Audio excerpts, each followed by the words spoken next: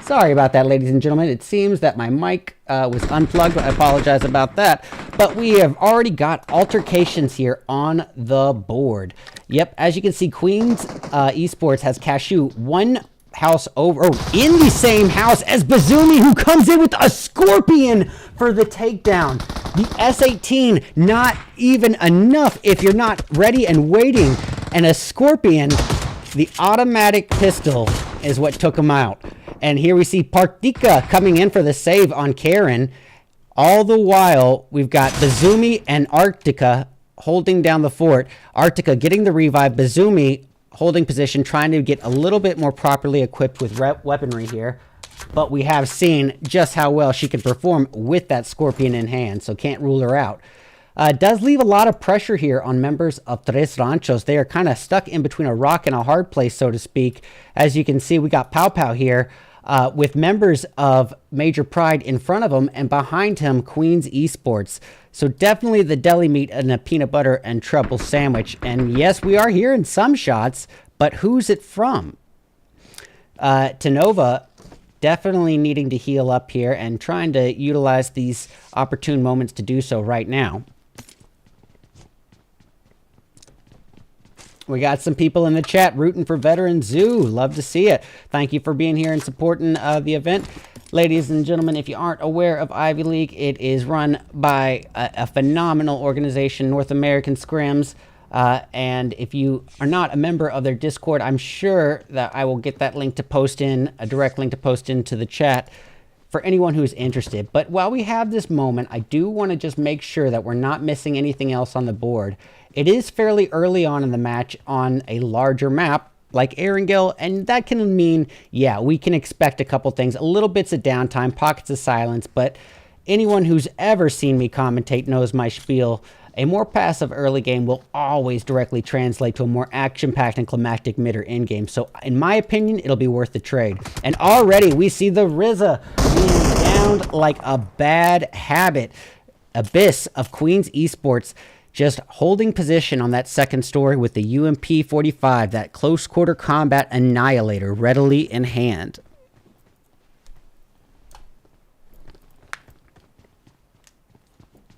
All right.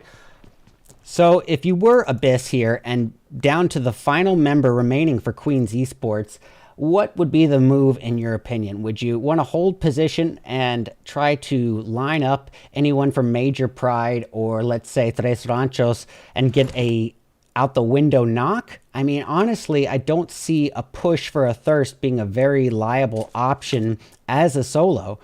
So in my opinion, Abyss has a real opportunity to escape the clutches of these teams and try to get some placement points for members of the Queens Esports team.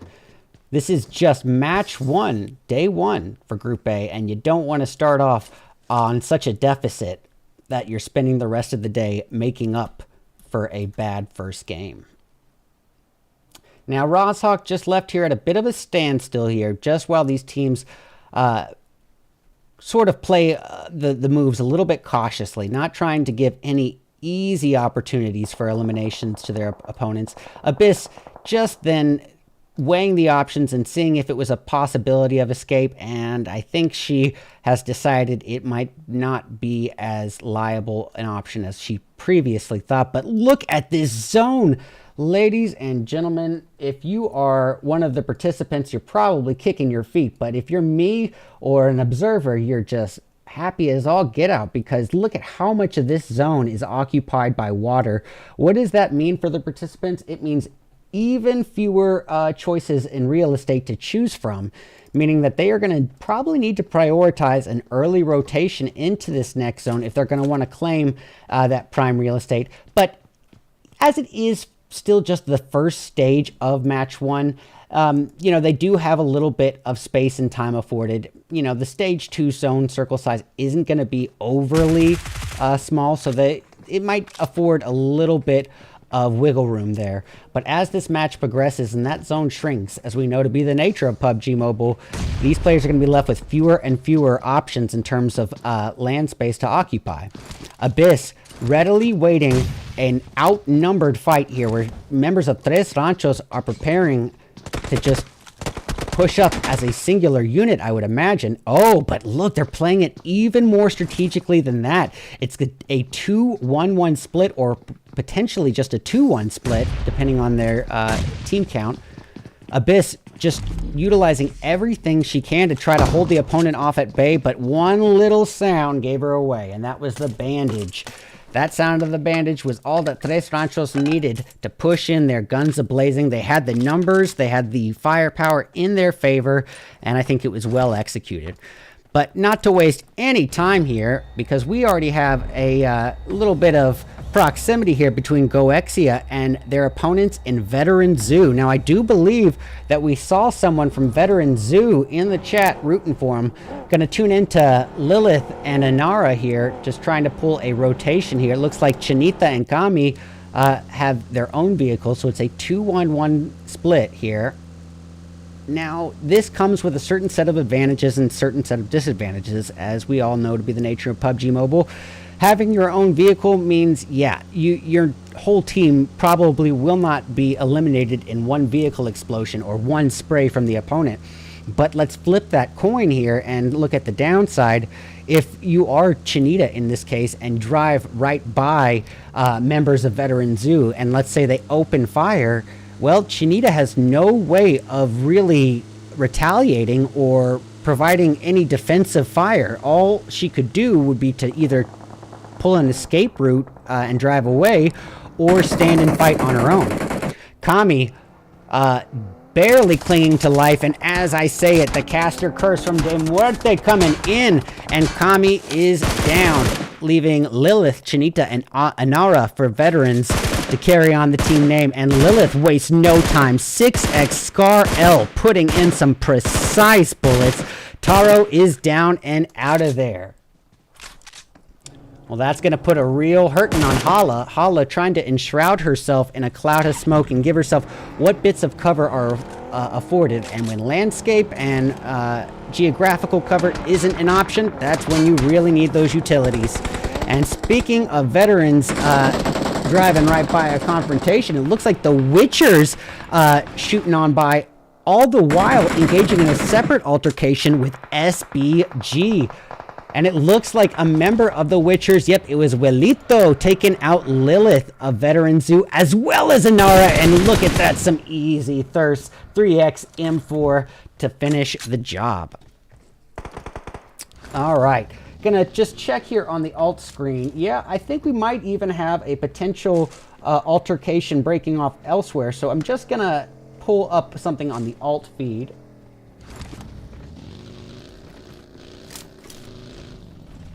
Okay, let's see. Yeah, it doesn't look actually to be the case. So we'll stick here on the main screen up in the northern portion of the map, where members of Major Pride continue their onslaught on the team silently.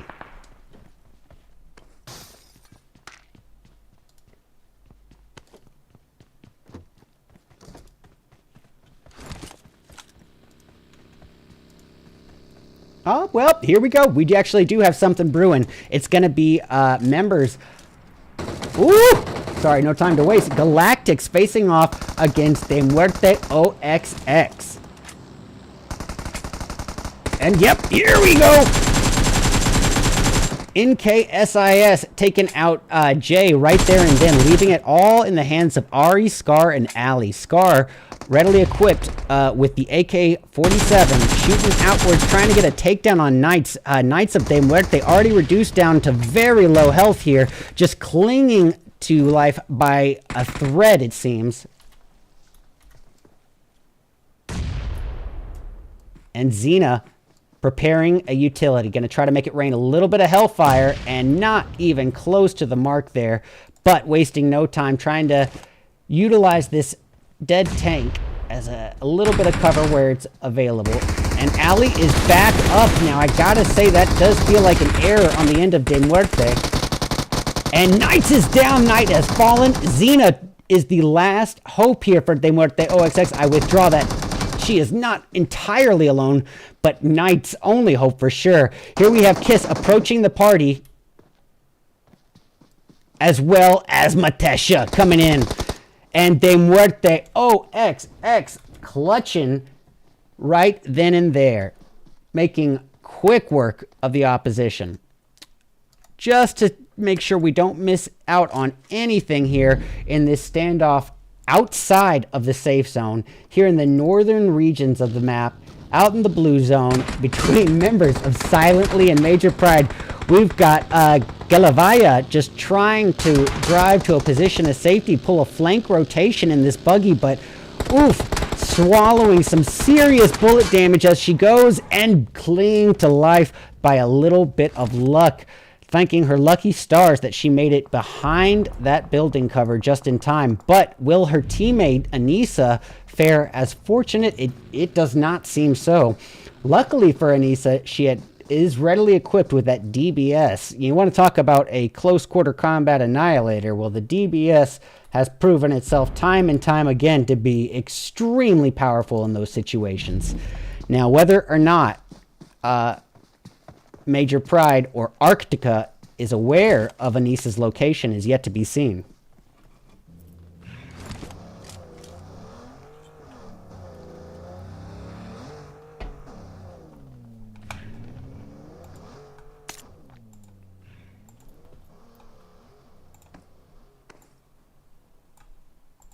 All right. Well, we've got a pretty good viewer count on both platforms here. Appreciate you guys for being in and supporting.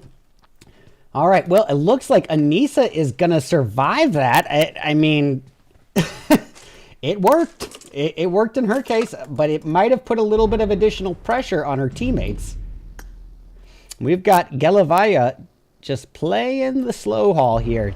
She knows that this is a marathon, not a sprint. And first and foremost, if you are not a team that is completely comfortable in these altercations in early game situations, especially at the beginning stages of a long event like this, then yeah, you don't want to be putting yourself in any early altercations if they're not necessary.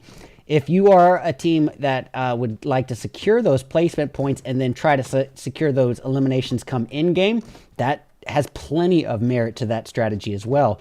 But as we noted to be the case, you cannot be afraid to take on your fights when they come. All right. Well, Major Pride to Nova pulling a very wide flank rotation and going to hug that ocean ledge to make her great escape, which leads me to wonder what sort of action we could be missing out on. And here already towards the center of this new shift, we see members of XNINE Esports in a fairly close proximity to numerous teams. For instance, let's see, I believe we've got, oh goodness, we've got members of DSK here. This is Darkside Knight, just above members of Extreme Ice.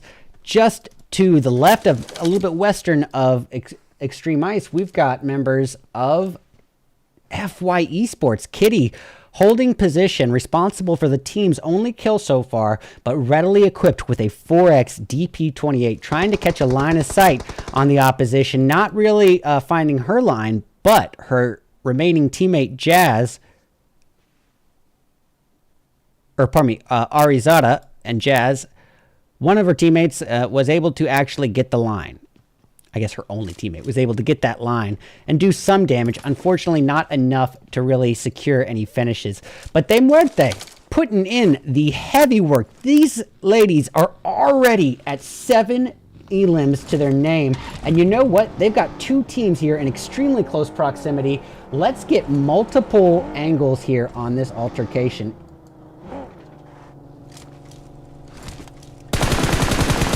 Right, Reyna holding position, but yet we are hearing the shots from De Muerte on to the Witchers. Tell you what, let's get the Witchers angle of this altercation. Windy retaliating with some fire and trying to give a little bit of cover for Sifu as she is currently knocked, but no, the thirst is real as De Muerte Knight comes in just hungry for blood, and oof, Windy cannot fly. Is down and out. Matesha of De Muerte coming in and securing the team's 10th elim. Oh my goodness, De Muerte is living up to their name and dealing out the death here in the Ivy League Stage 1 Group A qualifier. All right, look at this. Matesha wasting no time. Giving herself a moment of time to loot before engaging with the next group, this time on members of SOFOKE Esports. Kitty, Yapping, and Medicina here holding position. This is clearly a bit of a slow play for them, and understandably why, as they entered this match as just a 3-piece, coming in with less firepower, less assistance from their teammates, less resources in general. So they are going to have to play a bit more reserved. I don't want to go out and say passively, but definitely more reserved. All right, well, it looks like SOFOKE I believe that was Glitzy getting a takedown in the distance. Maybe I'm wrong. No, I'm not. And look here. Tell you what, we'll even go over to Polly, the last hope. I withdraw that. Not yet. Polly is the last hope for her team of X9 Esports, and just, I would have said AFK, but perched on the back of a buggy in the middle, a very vulnerable position with no one on the front seat. At the same time, would you expect it? I mean, would you expect that play from an opposition? Probably not. All right, well, Major Pride wasting no time. We're going to catch eyes again on these absolute heavy hitters, just making quick work of this round one Erangel match. And on the alt cam, we'll get the opposition in DSK, Darkside Knight. At this point, that is down to just Zombie and Zombie alone. And it looks like she is already further away. And Major Pride going to have to focus in on the immediate threat at hand, which is Veteran Zoo. Tell you what, all you Veterans fans, we'll get eyes on the last hope for the team, which is Chinita, who has still carried on the team's name pretty effectively. These placement points could be the absolute imperative difference maker between advancing and not advancing to the next stage. I should say advancing straight to finals or having to advance to the next stage. All right. Well, with that little bit of space to herself, I just want to make sure we're not missing anything. Catching eyes once again on Zombie, who is desperately trying to get out of the clutches of numerous teams. And just for a bit of reference on what the zone is looking like so far, look at this shift. It is definitely going to limit our participants' options, but also if we take a closer look, we can even take note of, pardon me, the elevation changes in this remaining zone, because we are going into that mining town. Now that is a tricky situation, to say the least, for our participants, because it's going to leave a lot of overwatch opportunities for anyone on the ledge, and not really a lot of places to hide aside from that elevation. Well, Major Pride, Bazumi, engaging with the rest of the team to secure the 11th elim right then and there. We're hearing a little bit of additional gunfire, and it looks to be very likely between Extreme Ice and the final hope for Veteran Zoo. Oh, Arizada was not expecting it. Swallowing the bullet damage. Her and Jazz are just lucky that they were able to split that bullet damage, because honestly, that was enough to take out any singular person, just not two players. We're gonna go ahead and look at members of FY Esports on the alt cam, just to make sure we're not missing any altercations here. It looks like they are going to be engaging with members of SOFOKE, as Yapping holds position, and Arizada on the main screen trying to alleviate her fallen teammate Jazz, but not going to be able to put her in the vehicle. Okay, all right. Well, these are extemporaneous decisions, you know. It's always easier to judge it from a spectator point of view when you have that 20/20 hindsight. Our participants don't have such a luxury. All right.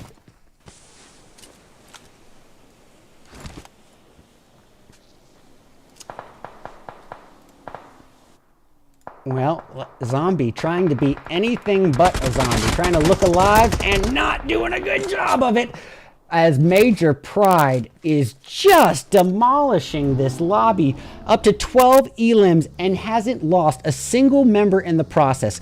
Goodness, Satanova is already at 5 elims on her own. 12 elims to the team's name. This is an absolute onslaught.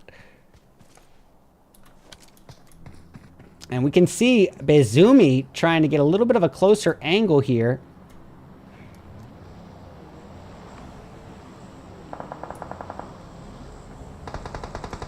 And we're hearing the shots.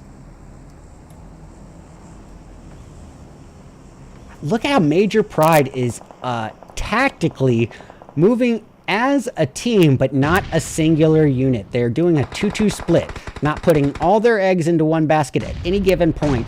Even with 12 elims to their name, they still want that chicken dinner gold medal on the tip of their tongue finish for round 1. They're starting off so strong, they want to finish this match with that same strength. Well, Medusina taking out Reina of SOFOKE off in the distance. That's going to be off in the dead zone, and Yapping is going to get the thirst. It's going to be a battle of utilities between De Muerte and Major Pride, and these are two absolutely heavy hitters. De Muerte with 16 elims to their name so far. Talk about two absolute dominators of this round 1. All right, well, Satanova desperately trying to heal, meaning Karen is in charge of the overwatch and cover fire, but with Xena just above her, the nade crashes down, and just hellfire raining down on the opposition in Major Pride, and just like that, ladies and gentlemen, any way you look at it, that has got to be game over. But what an absolutely impressive round 1 performance from not just De Muerte, who absolutely deserves their props, their roses here, so to speak, for 19 eliminations. Ladies and gentlemen, we came into this match with literally 18 teams, okay?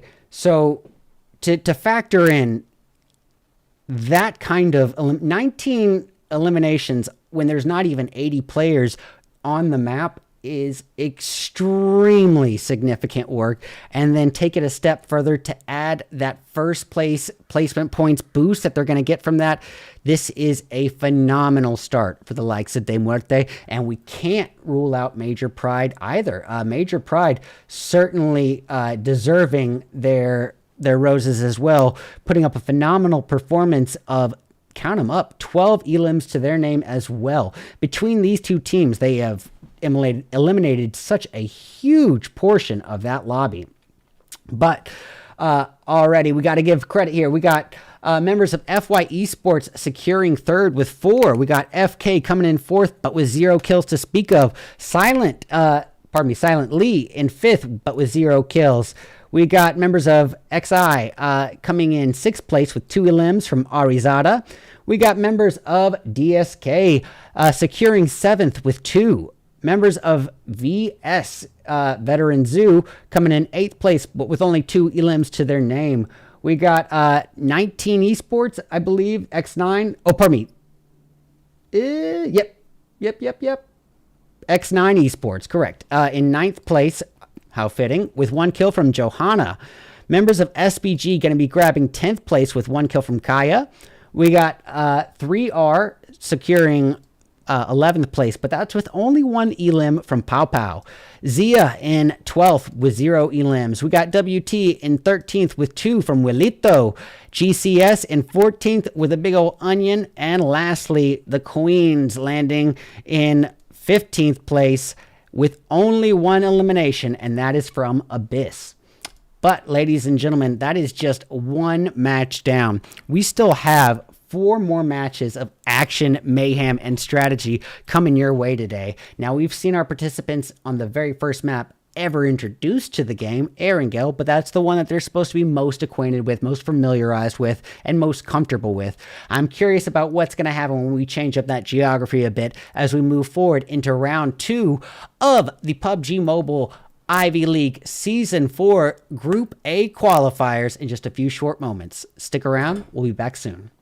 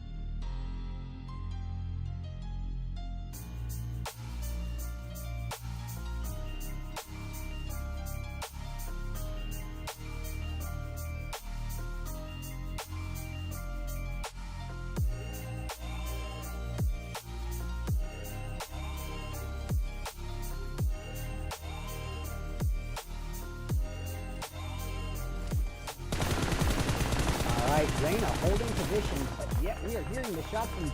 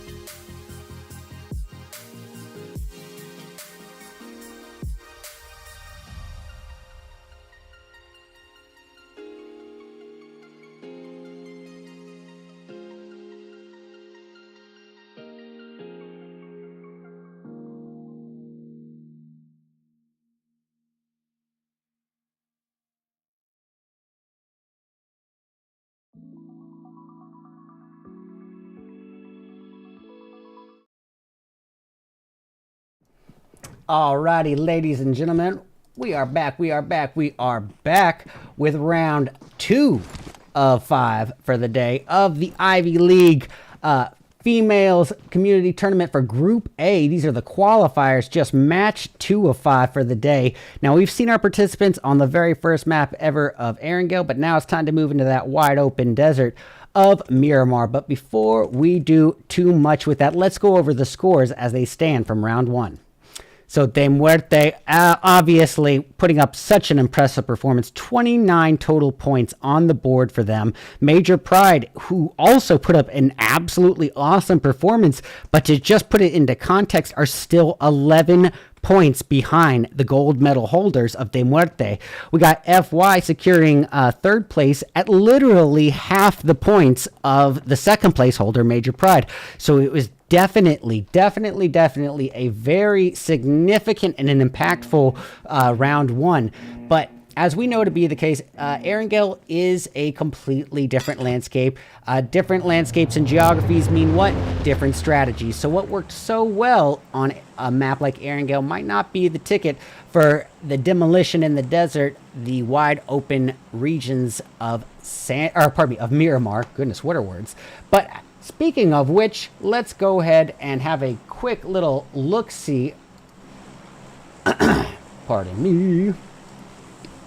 So, we are seeing a pretty ideal flight path here for the participants. Now, it might not look like much. It's definitely not a perfectly centralized path, but it is going to kind of lean into a specific advantage of Miramar here when you have paths like this, because so much of the southeastern portion of this map is just congested cities and strings of compounds. This path here is actually fairly opportune because it runs intersecting and almost at a fair-on right angle with this little string of compounds and cities. So it leaves tons of drop spots open towards the second half of the path. Ironically enough, we end up seeing most of the people dropping in a little bit earlier on. Let's have a look at the map only scene here just to get a little bit closer eyes on. We can see members of GCS pretty darn close to FK, but it looks like they're still trying to establish a little bit more space. But here on the western portions of the map, unfortunately for Veteran Zoo, they find themselves sandwiched, this time in between 3R and Zia. So that's what we're going to tune into to start things off. And if you're just now tuning in, this is round 2 of 5 of day 1, phase 1 for Group A. Now we got $500 on the table in this prize pool, so you can bet your bottom dollar that these ladies are not going to be trying to give up any easy opportunities early on. All right. So far, everyone's just trying to get established and looted, as to be expected. This is such a large map. Now, what do we really need to say while we have this moment of downtime about a map like Miramar? Essentially, it is the largest map that we have in PUBG Mobile. Now, technically, it's just an 8x8, same as Erangel, but this has a lot less surface area being covered by water, so it leaves a lot more land and real estate to choose from. Now, that can lean towards the participant advantage and a little bit away from a spectator advantage, just because it can mean a lot more elongated moments of downtime. A bit of a more passive early to mid game can be a higher likelihood here on Miramar. But as we said with round 1 in Erangel, it stands to be the same on every single map, and more passive early game is going to translate to a more action-packed and climactic mid or end game. It's just the way of PUBG Mobile. Now, speaking of the way of PUBG Mobile, we shouldn't really be too surprised at a bit of a slower start here in round 2, especially after that performance from Major Pride and De Muerte in round 1. It established a huge intimidation factor for the remainder of the teams, but also, if you're De Muerte or Major Pride, you don't want to undo all that progress that you put in so effectively in round 1. They don't want to undo and cancel out all the benefit of the points gained in round 1. So no early eliminations on their teammates come round 2. That's imperative. And if anything can be said for a team like Veteran Zoo, is as they understood the value of that in round 1. And even though they were down to a solo relatively early on, I'd say a little bit past the midway point of the game, she was able to maintain, her position and keep that team hope alive by getting those placement points. So by any means, you can expect that Veteran Zoo probably wouldn't be on the all-out eager to engage in an early game offense and risk, damaging their standing even more this early on. As we noted, they did have a very, very rough first match, but that placement could help. All right, catching eyes for just a brief moment. We might have a little confrontation. There's definitely some proximity here between members of Extreme Ice and Silently, but with this much space and the fact that it is Miramar, even as a friend of mine and a fellow commentator, DKCA, says, it's like being in a rear view mirror on the interstate. Objects may appear closer than they actually are. And just to give a little bit closer of an idea of how far away they are, or if they are even far, they still have a little bit of space. Really, though, they are just one building over, just across the street and the way. And ironically enough, fairly fitting, because it's just Catherine and Jazz for Extreme Ice, and for Silently, it's just Anissa and Jelavaya.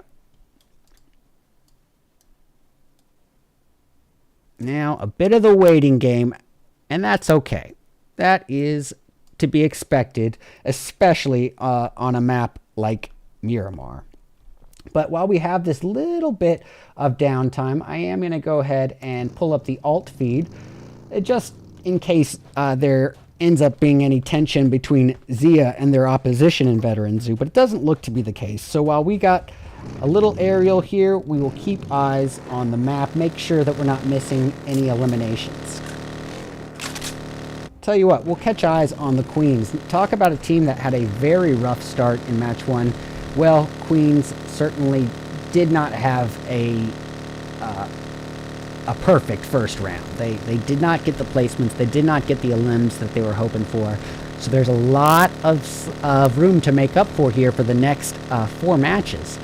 And what more can you say about a map like Miramar? But you have to be alert of not just your immediate surroundings, as well as your distant surroundings, because this is a sniper-intensive map, ladies and gentlemen. So queens being this spread apart from each other in a 2-2 split, I don't know how I feel about that. Very often I'm in favor of a 2-2, but this case, I think, given the positioning that they're coming into round 2 with, that they probably are best utilizing their numbers in a singular unit. And speaking of which, we're about to see why, as Queen Abyss and her teammate drive right in to a squad of Extreme Ice players. Oh, luckily for Nia and Abyss, they have not taken any serious damage. And honestly, they might be able to escape the clutches of Extreme Ice, especially when you consider Major Pride unintentionally giving them a little bit of a distraction if they do drive into it. And actually, we are going to have a pretty close proximity between Queens and Major Pride coming up any moment. And interestingly enough, how fitting, we have both angles of it on both feeds. Now we're hearing some shots. Oh, that's Sonder of Major Pride firing outwards, getting a takedown on Cashew and Cat. Now remember what I said about the Queen's 2-2 split? I didn't think it was probably going to end up very well for them, just given the circumstances, the geography, the zone placement, and their current standing after round 1. I didn't think it was the move, and unfortunately, you hate to be right about it sometimes, but this one was definitely a learning experience for them coming into round 2. Tough first start to the event for them. All right, well, Zia and Veteran Zoo. We got Heroina here cooking up a utility, but swallowing the bullet damage in retaliation, and actually is going to swallow enough to get knocked, leaving all the tension and pressure on Hellcat, Rival, and Taro. Hellcat coming over the side, securing the first on China, and actually getting a kill steal from De Muerte's Knights. Oh, I withdraw that. It wasn't a kill steal. De Muerte still secured the finish. But the takedown on Lilith by Hellcat was quick work, and that will be the first elim for members of GOEXIA Esports. GOEXIA and De Muerte just in the clutches of each other. Knights holding a nice high ground Overwatch position here. All the while, on the alt cam, we're also seeing a little close proximity between Extreme Ice and Queen still. Xena trying to utilize what heals she can here before the next engagement. All the while, Matesha rotating on forward to join her teammates.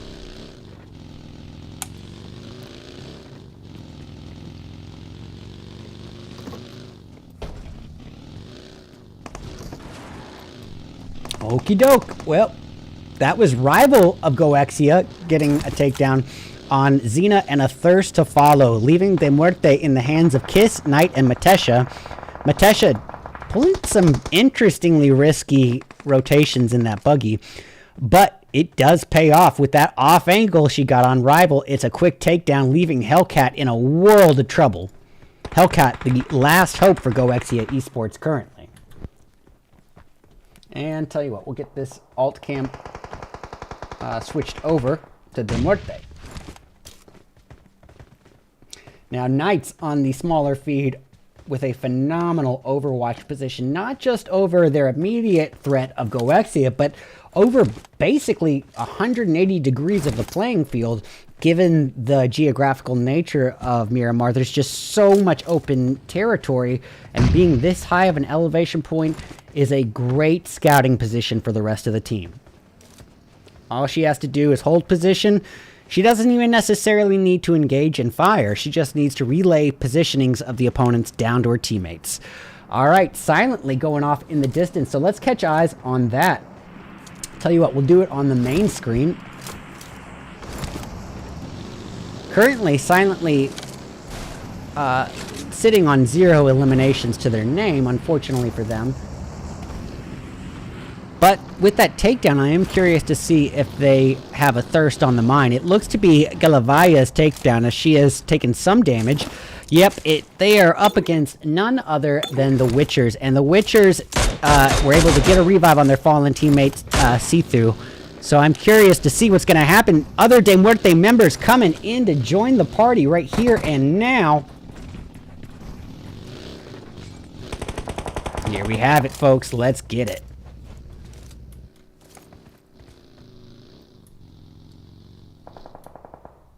Oh my goodness, De Muerte, Kiss, and Matesha coming in as a two-piece. They got the takedown on Shoddy Bay, and See-Through is down as well. That is going to put a lot of pressure on the remaining members of the Witchers. Speaking of which, I think it's only one up. It's Walito. Walito, the final hope, the final Witcher, the last hope to carry on the team's name and secure some sort of placement points for the team. There's not any elims to their name yet, so realistically, the odds of her being able to get any significant elimination points to add into the mix would be from third parties, and that's only going to happen by securing positioning and placement. So realistically, Walito needs to get out of Dodge, find a position, and probably try to play a bit more of a reserved approach. Not so much passive, but letting these numbers dwindle down a bit before engaging with the remainder of the playing field.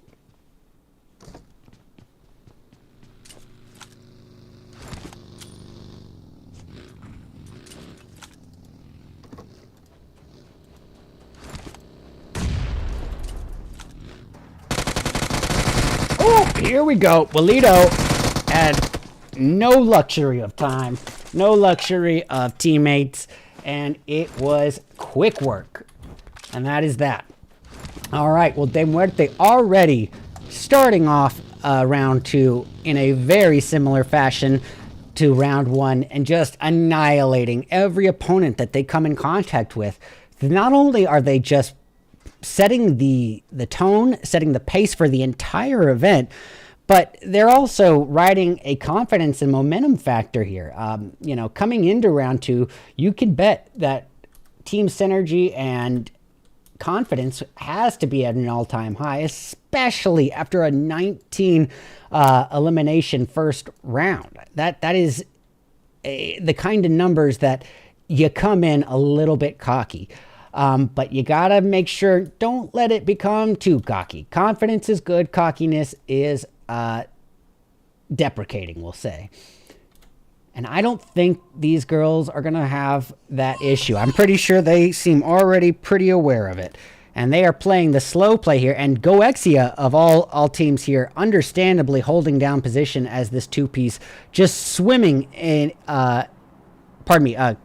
Queen's Esports holding down position as a two-piece, swimming in a pool of GOEXIA Esports members. Let's catch eyes for just a brief moment onto GCS. This is Galactics in a little bit of a love triangle with Major Pride and Major Pride as well as SOFOKE. We're going to get SOFOKE up on the alt cam here. It's Reyna and Glitzy. All the meanwhile, Scar holding off the opposition with utilities, bullets, and a little bit of positioning here, utilizing that little hill there with all the geographical cover she needs to protect her entire eastern flank. But Sonder getting very close for comfort to the opposition here.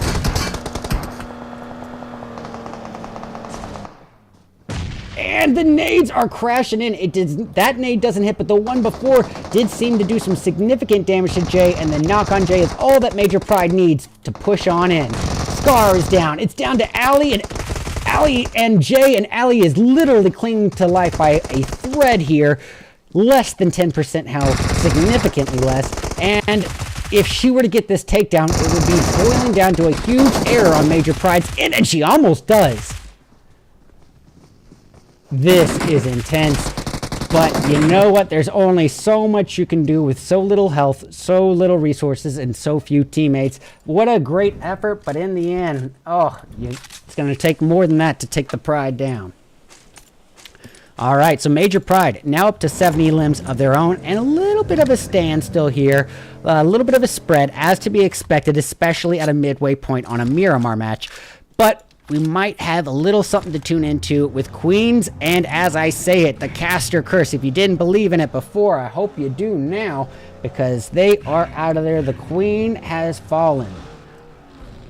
Okay, so where's our next bit of action going to come from? We got De Muerte needing to rotate northbound into zone, and I guess if they do go straight in, their most immediate threat would have to be De Muerte Fox. So Major Pride and De Muerte Fox, two of the absolute top performing teams in round one, clashing at a midway point in round two, that could absolutely benefit everyone else on the playing field, helping even the odds, so to speak. Eliminating one of the top two placing teams at a midpoint in round two, that could help, especially if you're the winning team. And it does not look like that kind of talk is going to be anything more than theoretical, because Satanova pulling a wide flank rotation, well, maybe it could happen.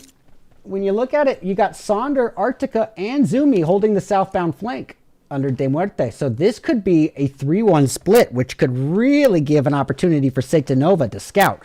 But we'll check in on that in a bit. Catch eyes on the De Muerte crew over here.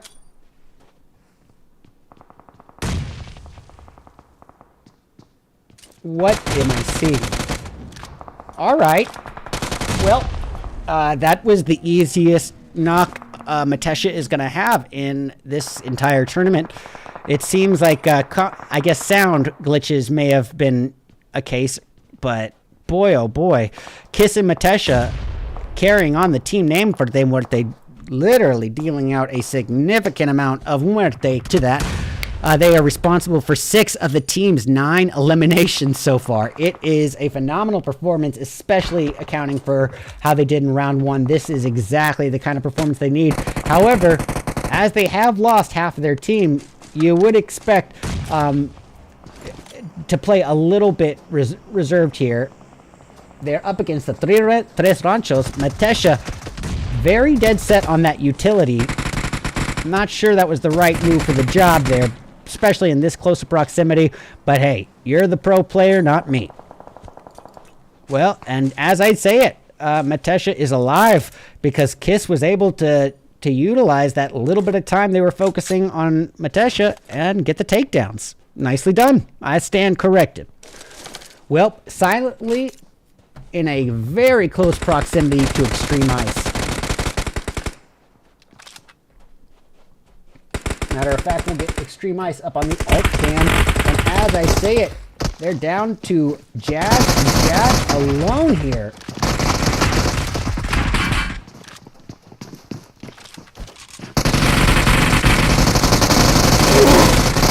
What? I was glad I told about it being Jazz alone. She was able to secure the revive and silently falling into the background. Now it's down to Lisa, and Lisa alone, and she is just swimming in a pool of Extreme Ice members, swarming on her like mosquitoes in the North Carolina summer. This is a bad news situation. Lisa and the silent. Woo! She has herself an MK14, the heaviest hitting weapon in PUBG Mobile. Thing is, that 20-round clip might not be enough to handle even an opposition of two people. I mean, let alone 3. It looks to be a trade of revives, but meanwhile, De Muerte doing some work in the distance. And yep, De Muerte seals the job and gets the finish, and I believe may have unintentionally helped Silently out. I'm looking at Silently's eliminations. They only have 1 elim, so either their second knock was stolen, or De Muerte just unintentionally helped them out. Well, look at this positioning. Not a lot of real estate to choose from in this new zone, and this cluster of compounds here in the center portion seems like it's going to get occupied by none other than XNINE Esports, trying to claim that early real estate. Now, here's what I have to say. In so many situations, you're going to want to get that early real estate. Ooh, Polly with a monstrous spray. and taking Glitzy down and out of the equation, back to lobby to follow suit. And look at this, De Muerte with the kill steals, just taking the easy eliminations as they come. But what I was going to say is, while you do want to get optimum real estate in and early rotations into your zone in certain situations, on a map like Miramar, when it's this open and this many people remaining on the playing field, I'm not sure that's the right move. And the reason I say is because if you look at it, XNINE, they don't really have much cover, and they have to be vulnerable on 360 degrees. Every angle is a vulnerable angle to somebody. So if I were, you know, a team at this positioning, I would probably, in this specific situation, prioritize maybe a later rotation into zone, riding that blue edge zone and letting these teams here have that bloodbath warfare. And you come in, maybe get some easy third parties, but at least take the easy placement point gains as they come. For example, XNINE Poly aiming in at FY Esports for a considerable amount of time there, leaving her entire back turn to De Muerte. And that was a real opportunity, you know, that was a moment of vulnerability to De Muerte's advantage. No matter where you look, you're going to be vulnerable from some side at that positioning, especially if there's any sort of elevation around this new zone. Tell you what, we're going to check in. We're about to have that in-game action, all-out bloodbath warfare from this point till the end of the match. And here we see it. Members of Darkside Knight desperately trying to get into zone, but the ticking time bomb and that candle's burning bright, baby. Beam and Zombie are out of there. All right, look at this. We got... well, I'm not going to say the name. Down to Haley of DSK to carry on the team's name. And I'm thinking Haley might be a little bit AFK here. Matesha, does she know of their location? Not sure. But we got two teams of De Muerte, two angles of De Muerte here. Let's switch over to Silently, which at this point is Anissa and Lisa. Lisa just holding position. You know what? We'll switch around on the alt cam. Yeah. Liz holding position. Actually does have a little bit of compound cover and secures the takedown on Anisha right then and there. But will the elimination be thirsted and stolen at the hands of Matesha of De Muerte? That looks not to be the case. Lisa has spoken, and well played. De Muerte dealing with a little Muerte against them, but look at this. Ladies and gentlemen, Xena wasn't responsible for a single of the 16 eliminations on the board, so yeah, it is down to Kiss and Kiss alone, but Kiss is responsible for 5 of the team's 16 kills. Let's get a bird's eye view here. Make sure we don't miss any of this action.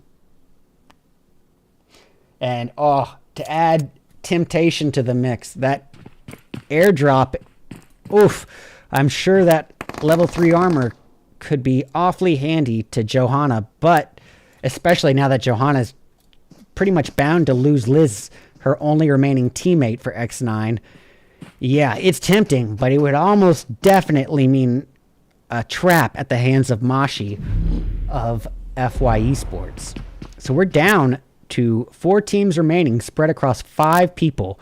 It's a 2v2, oh, pardon me, 3 teams spread across 5 people, a 2v1v1 at this point. Johanna, Mashi, or I guess Johanna of XNINE, Mashi of FY, and, oh, it's 4 teams. De Muerte has Kiss, and Lisa has Silently. So a 1v1, v1v1, a fair fight to end round 1. Let's get it going.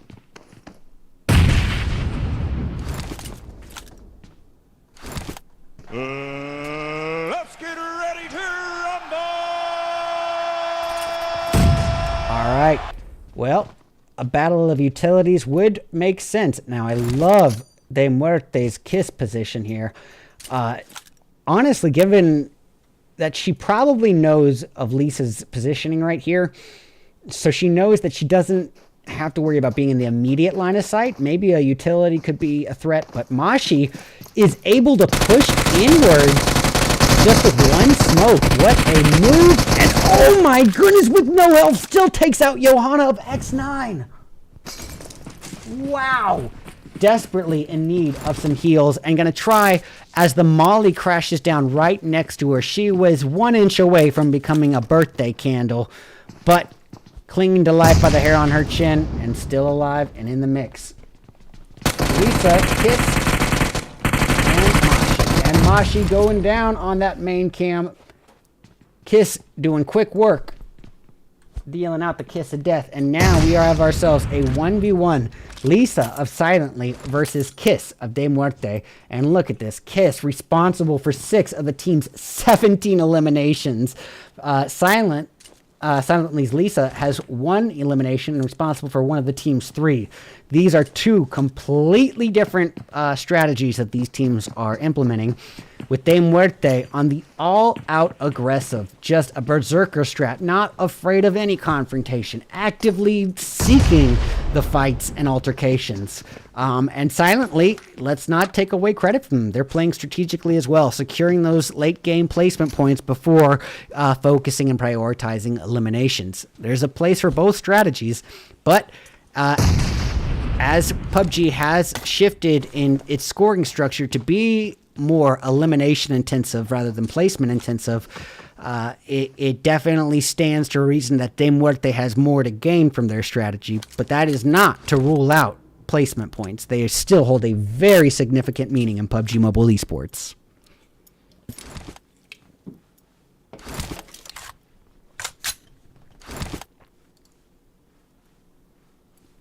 All right, well, it's a battle of patience between these two ladies and a little bit of proximity.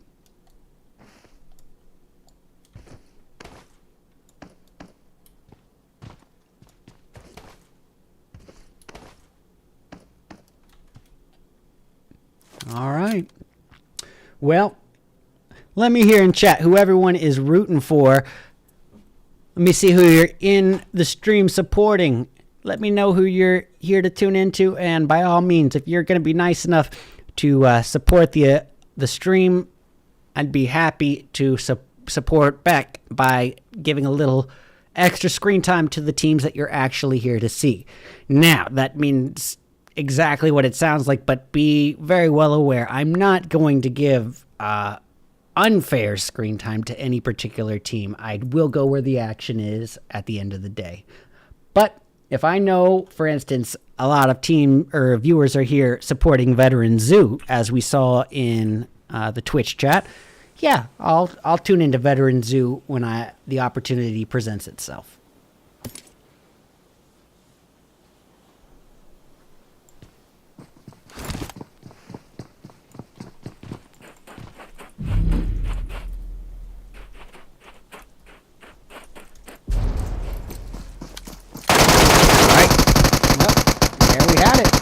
I did not think that push was going to actually follow through. I didn't think she was going to continue to push inward there. But the deed is done regardless. Any way you look at it, ladies and gentlemen, that is game over for round 2. But what a performance. And let's just give a little bit of credit here. Hold on. Let me get my camera back on. Give a little bit of credit where credit is due. De Muerte, not just annihilating the playing field, but, you know, consistency is extremely important. Momentum is extremely important. And a second match in a row of just all-out demolition of the lobby. De Muerte taking a gold medal chicken dinner on the tip of their tongue finish with 18 elims to their name. That is a huge chunk of elim points to add on to the 10 points of placement. That is going to be a 28-point game for members of De Muerte. Phenomenal continuity here after round 1. silently. Hey, give credit where credit is due. It's a different strategy, not as elimination intensive, but did they get that silver medal second place finish? Yes, they did. And I believe that's 9 or 8 placement points to add on to 3 elims. It's no small pickings. It definitely is going to carry a little bit of weight to it and be a lot more helpful than, let's say, a 9th place finish with 4 elims. All right, well, FY Esports securing the bronze, 3rd medal positioning with 5 elims between Medicina and Mashi. We've got XN, that's going to be XNINE Esports, coming back as a team of 3, but with 6 elims. And get this, ladies and gentlemen, 5 of the team 6 go to Poly. All right, DSK coming in 5th this time around. Only 2 elims, 1 to Zombie, 1 to Beam. We got Major Pride. Hey, you know, it's not the same performance that we saw in round 1, but it's nothing to wag a finger at either. Coming in 6th place, but doing so with 7 elims. That's placement points, and that's a fair number of elimination points to add into the mix. It's a strong performance, all things considered. GOEXIA in 7th with 3. We got FK coming in 8th, but 0 kills to their name. We got XI, this is going to be Extreme Ice, securing 9th place with 4 elims. 3R grabbing 10th place this time around, but a big fat onion for kills.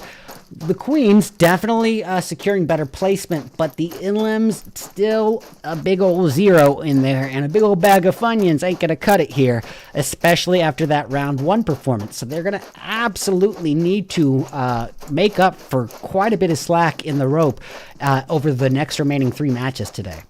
We got Galactics in 12th with 0, and keeping up with that trend, we got WT coming in 13th with 0 as well.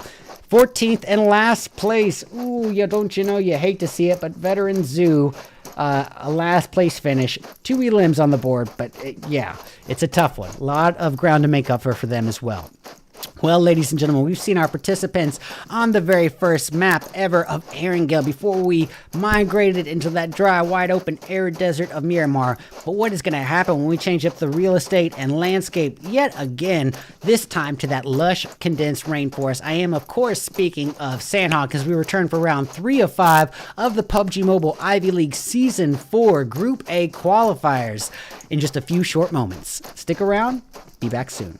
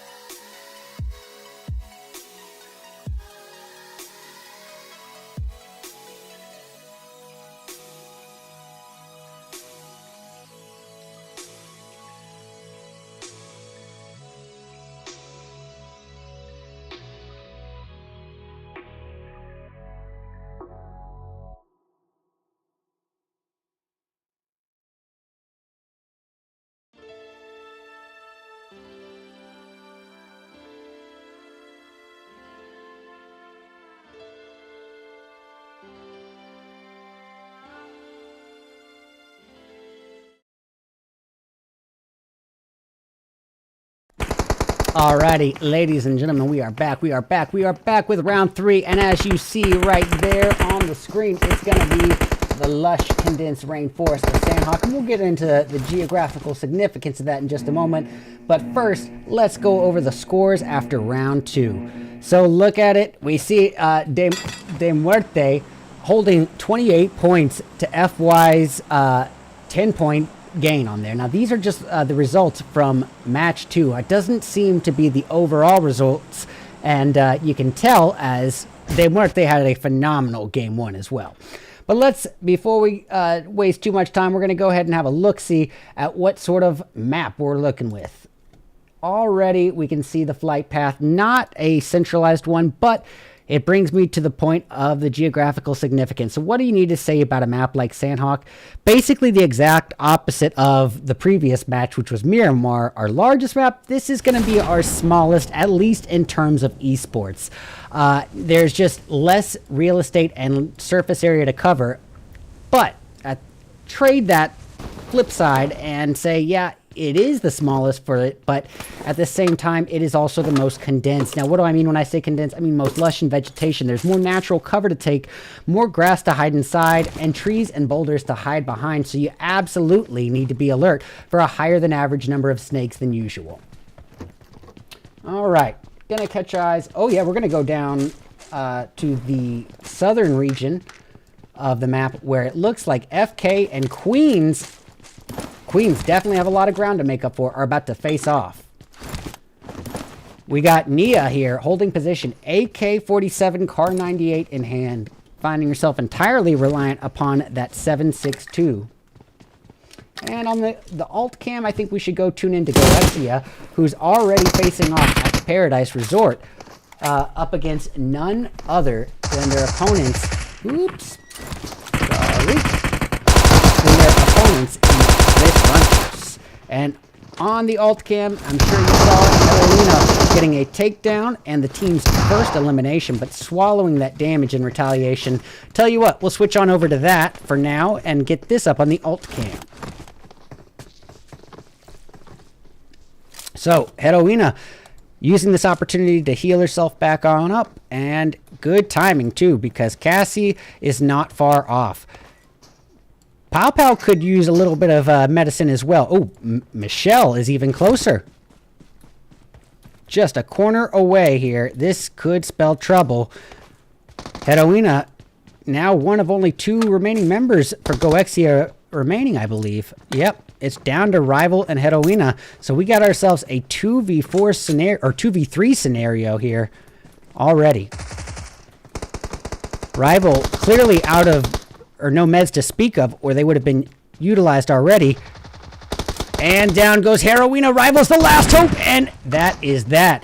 Tres Ranchos sending them back to lobby. All right, so let's go back, check the map here. Yeah, we're going to go down, way down south. Check out this little altercation between SOFOKE and Queens. We got Queens Cashew on the alt cam, and yeah, it looks like she's going to be getting some distance away from that and trying to secure a little bit of placement, at least escape this altercation and get some more time in this match. But if you are Queens and know what we know, you'll see that they are the deli meat in a peanut butter and trouble sandwich, and Fasoki and De Muerte are the bread. And if there is ever a team that you do not want to be in proximity with, if you're Queens, it's going to be the heavy hitters of De Muerte. Just laying a absolute demolition to the playing field in matches 1 and 2. And look at this, Matesha, after my own heart, going into FPP perspective. I love it. Well, gonna switch my attention briefly to Silently. Silently had a pretty decent performance in round 2. Not very elimination intensive, but definitely securing some much needed placement points. And it doesn't look like their most immediate threat of extreme ice is gonna be something that they're all too concerned about. Maybe they should be, though. They're pulling this wide flank rotation up a hill, but could have been a little bit wider of a flank if they weren't going to risk the bullet fire. Tell you what, we're going to go back up to Major Pride, where Bizumi is really in an interesting position here. She has a Overwatch high ground positioning over members of Veteran Zoo. Now, Veteran Zoo have just had a very rough start today. The first two matches, just not the kind of grounds you want to begin a tournament with, especially not in the first phase. But even if Veteran Zoo were to get last place this entire time, it doesn't necessarily mean the end for them, because the outcomes of this phase one will send a certain portion of the lobby directly to finals and a certain portion to the next phase, where they will have another chance to contend and secure some advancing placements, secure some positionings at the final. Well, all that talk, Chinita moving, advancing forward towards the opposition, now has to worry about Bizumi up top. All the while, Chinita's teammate is securing the takedown. Oh, it looks like they were going to try to thirst Sonder, but Sonder being revived. Can Chinita's nade hit the mark? Just a little bit shy. Now that one's money. Boom, baby. Satan Nova walked right into it. Luckily, she was able to get Sonder up and about before going down herself. But, oof, it's a tough pill to swallow, especially when that pill is a grenade. All right, Arctica with the takedown on Chinita. Lilith is down and going to show and exemplify Major Pride's experience and strategical practice, as they have that off-angle high ground holder in Bizumi, but don't rule out Veteran Zoo just yet. They accounted for it and tried to get a flank rotation behind Bizumi. Kami and Inara now acquired Bizumi's previous placement and now her high ground. Oh boy, Kami with a very risky rotation there. And it looks like it almost was an attempt to confuse Major Pride and make him think that Inara was alongside her in that vehicle. But Bizumi still hanging back. It's a 1v1 up here. And boom, the bullets have spoken. Inara is lobby bound. Well, Major Pride still hanging on in a very strong position. 40 limbs to their name and going to carry on as a full four-piece. Nicely done. All right, I'm going to check in on Galactics to see if something between them and Silently is underway. Does look like there has been some confrontation. Ali has been knocked. Going to probably be revived. We'll see. Let's get a look at how far away. Yeah, Jay is sticking the revive as we speak.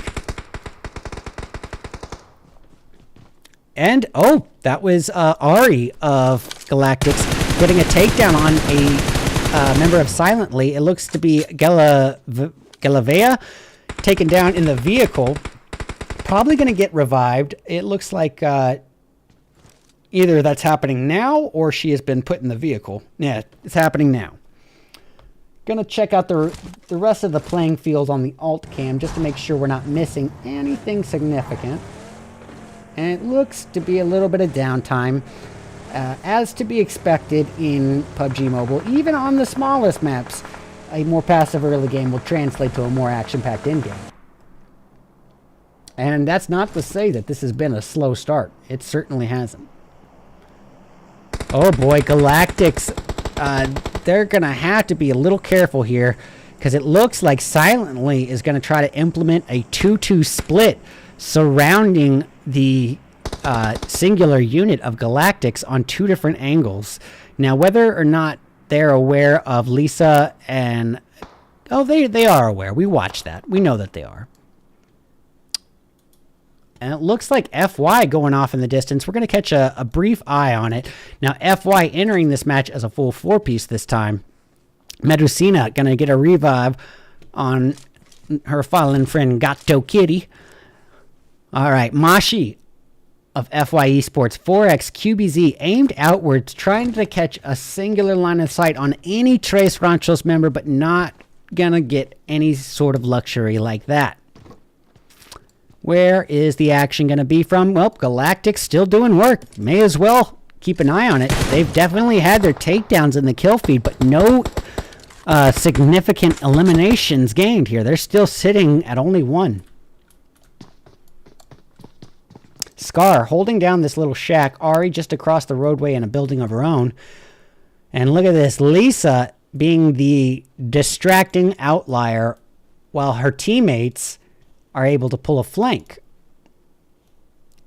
So we got Lisa holding position, keeping the attention of the opposition in Galactics. Meanwhile, Anissa and Razova pull a high ground flank rotation, not to help, but just to try to get looted. Now, unfortunately for them, they are in very close proximity of one of the top 2 performing teams so far, Major Pride.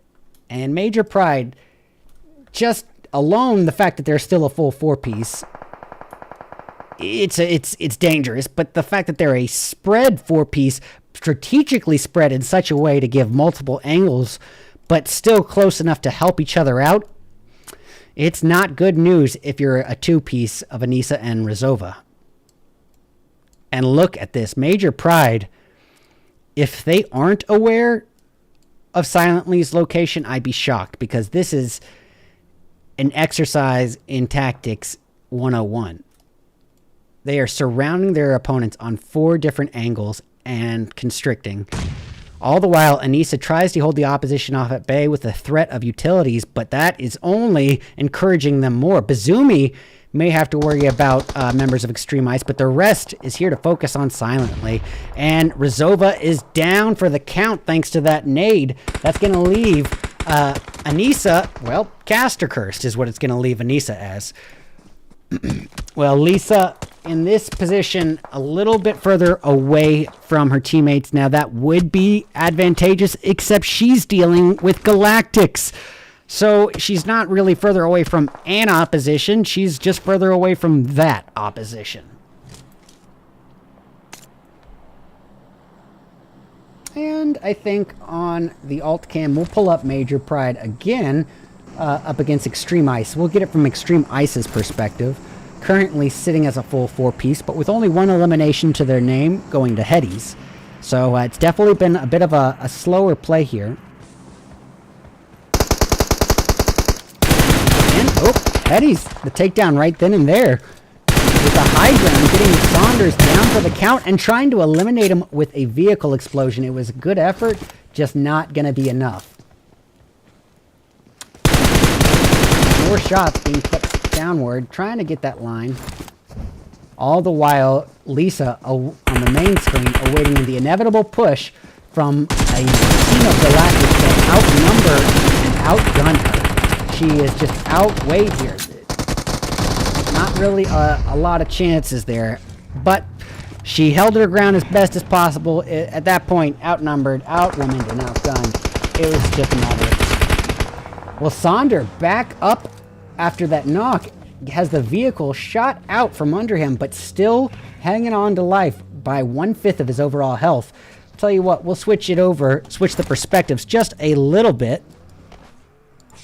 Get eyes on RedEyes on the main screen, and switch over to Major Pride on the alt cam. Well, actually, Major Pride going to be working their way into the new positioning and zone, trying to get some placement. So, as opposed to the last match where I was saying, you know, that early rotation into the center point of zone at the end game of Miramar, I didn't think it was advantageous. But when you're in a extremely congested landscape like Sanhok, I think it's just the icing on the cake. The thing about Sanhok that any of these pro participants would tell you is that there is just an abundance of cover to take almost anywhere. Even if it's not going to block bullet fire, you can at least be a sneaky little jungle snake and go prone pretty much anywhere with some level of cover. Add to that the number of trees and boulders and just sheer abundance of compounds on the map. There's tons of cover opportunities. So I don't really see it being disadvantageous to claim early positioning in this map. in this stage in the game. I don't think it's going to be as advantageous as the Erangel late game center hold, but I think it's definitely not going to hurt.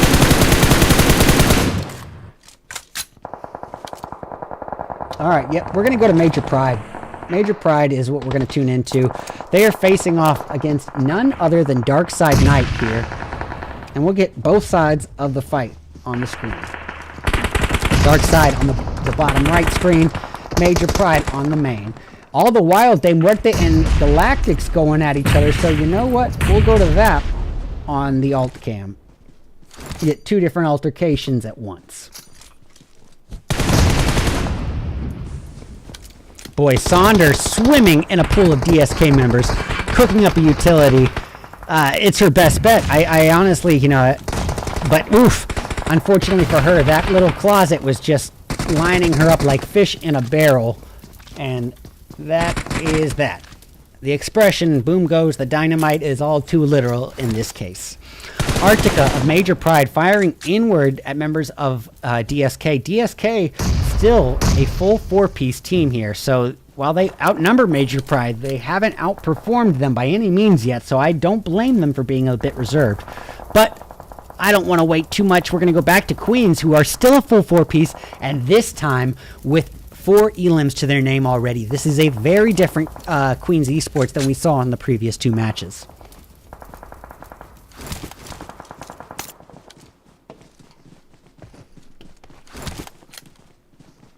All right. Actually, tell you what.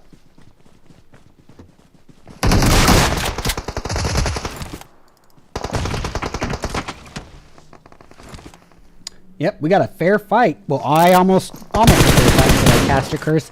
Galactics and MUERTE as a 2v2, but Jay way ahead of her teammate Scar and suffering the consequences as such. With a low ground disadvantage, Scar is in trouble, and that dead zone doing what the dead zone does. And ladies and gentlemen, I say this all the time, but it has never not been relevant.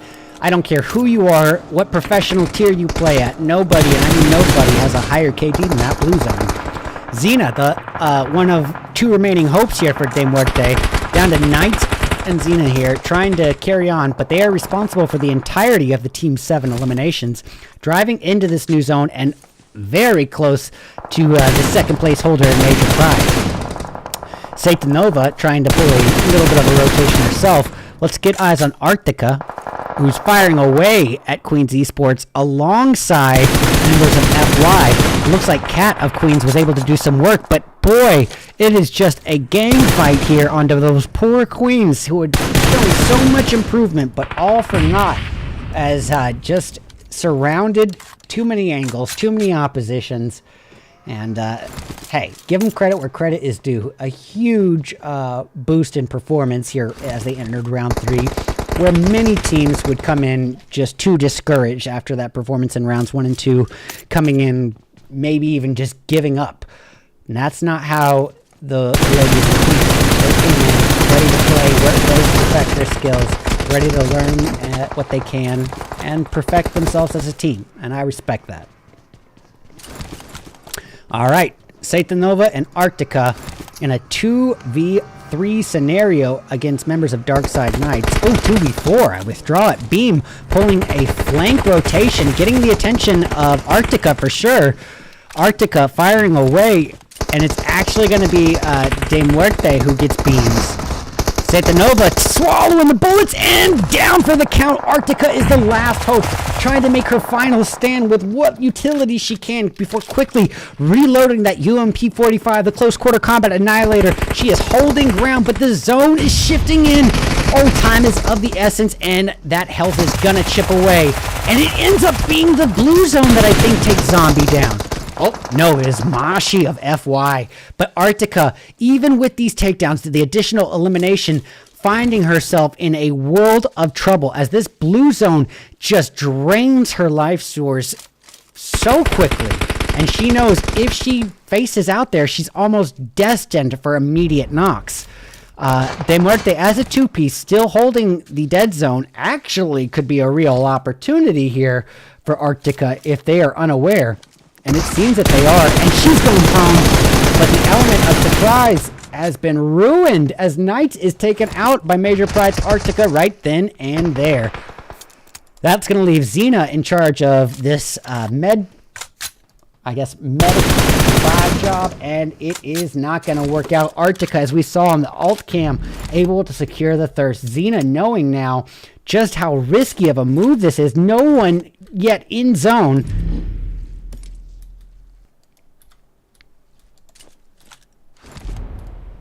Oh my goodness. We have a very interesting final show here. In-game is going to be a 2v1 between FY Esports and De Muerte's Xena. De Muerte, who has performed in the top, I think, 2 dubs back-to-back here.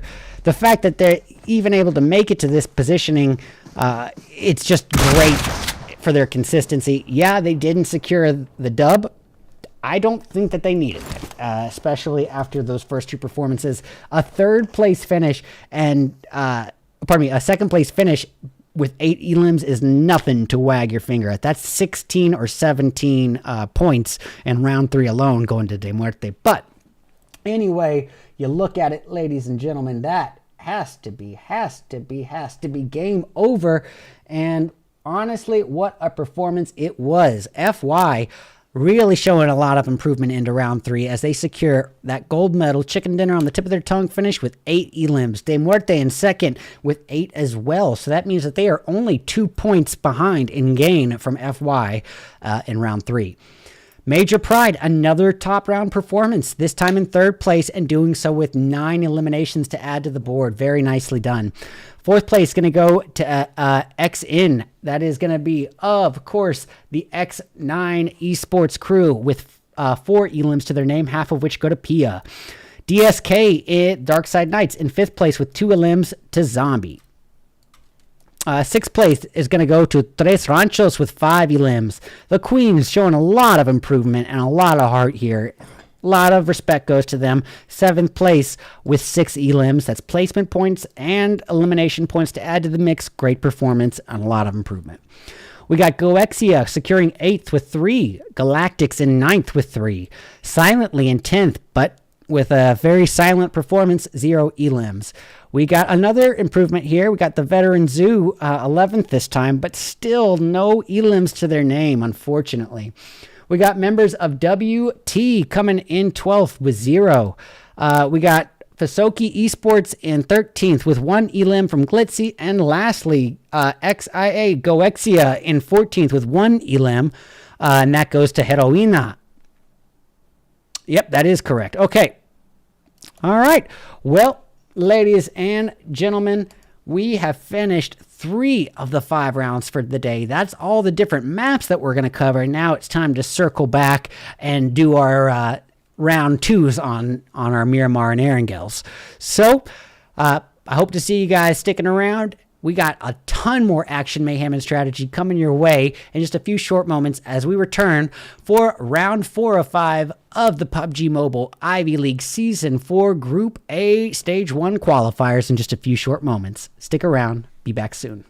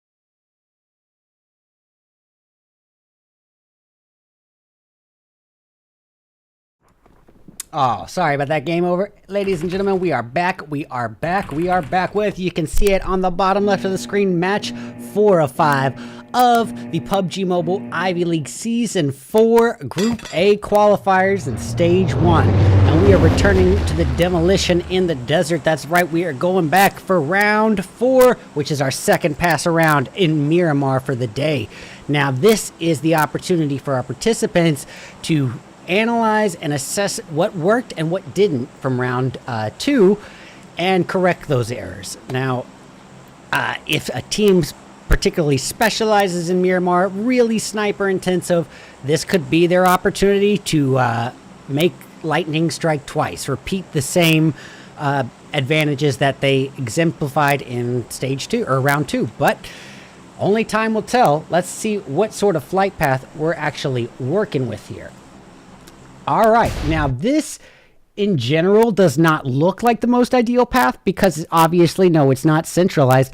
But if you remember what I was saying in round 2, the flight path wasn't much different and it still ran intersecting almost perfectly here with this string of cities. So there's a ton of drop options on the first half of the flight path this time for the participants, and already we can see teams dropping in fairly close proximity to each other. So let's catch eyes on the, yeah, well, we've got Queens pretty close to FY Esports, it looks like. But as we noted in round 2, Miramar is such a large map that objects may appear closer than they actually are.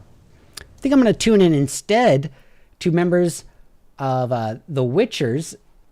We've got Willito. Well, he was relatively close to the opposition and silently, but that has changed. Instead, I think we'll go tune into DSK, and when we have a moment, we'll go over the scores as they currently stand. But currently, DSK is here in extremely close proximity to Galactics.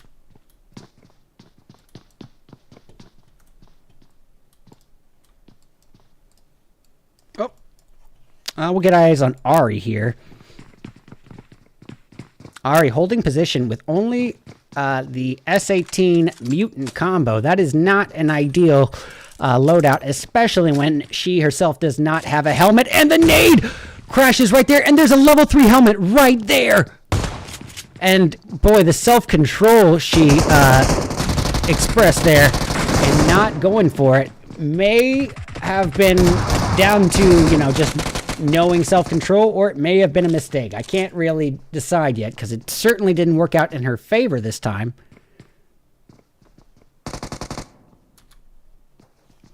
All right, well, that's going to leave Jay as the final hope here for Galactics. This is going to undo a lot of progress for him.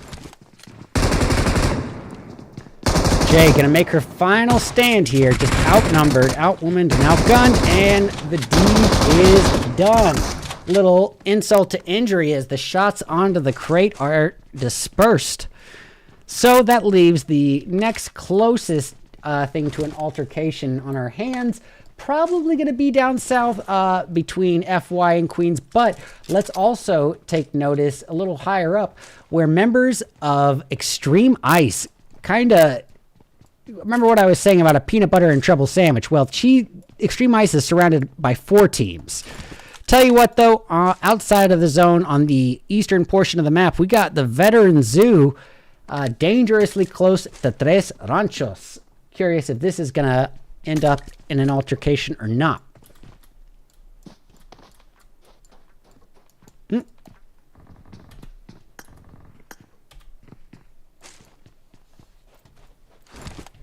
Sorry.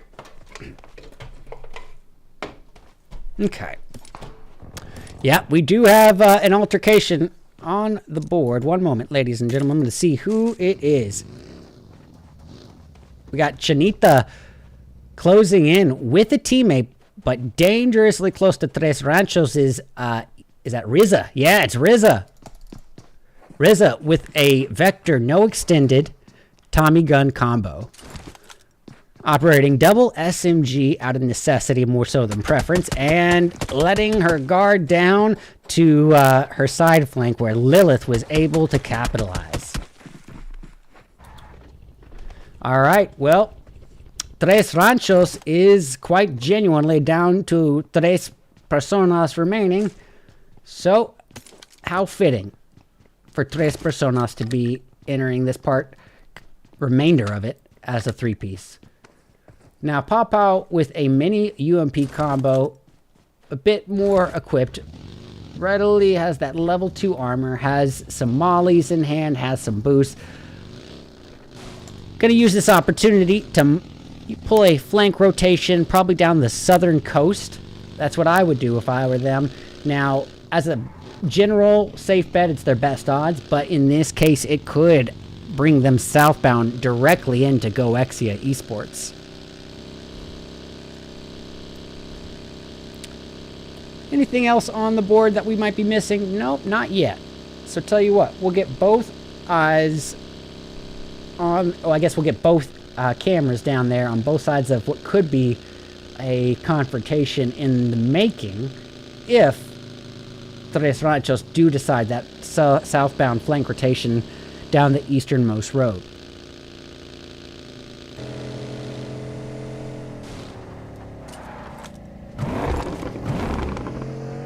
And a bit of the waiting game.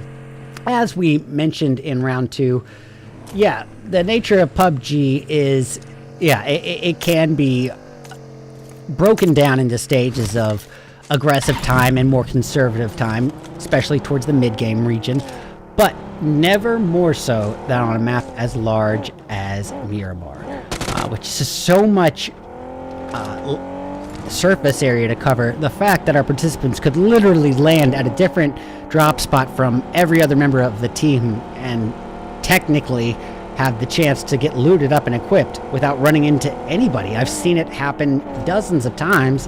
You know, the fact that that's even a possibility, yeah, of course there's going to be some moments of downtime here. Well, FY facing off right now against the Queens. Now, Queens with a lot of ground to make up for, but showing a lot of promise and improvement after round 3. So Nia going to try to get a quick revive on Abyss. That's going to put Cashew and Cat in charge of Overwatch and cover fire. Cashew medding up a little bit herself. Cat coming to join the party and bringing some vehicle assistance as well.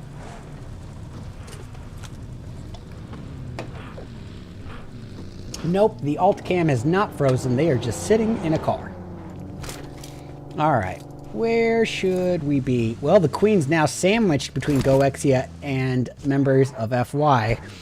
We'll see how this ends up. But if I were Queens, knowing I was sandwiched, I wouldn't want to particularly engage with either team.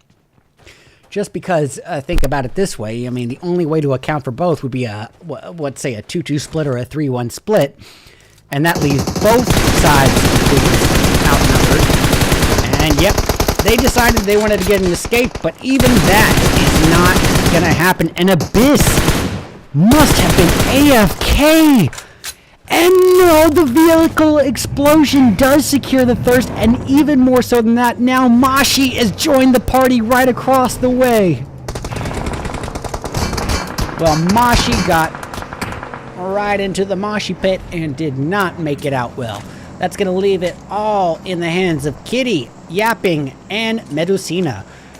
Anyone want to think about the irony of if Kitty faces Cat of Queens Esports? Yapping coming in from the side angle. Meanwhile, Medusina keeping the pressure on from this nice little high ground, and Cat has been called. Back to luck. These dad jokes are corny and I can't stop.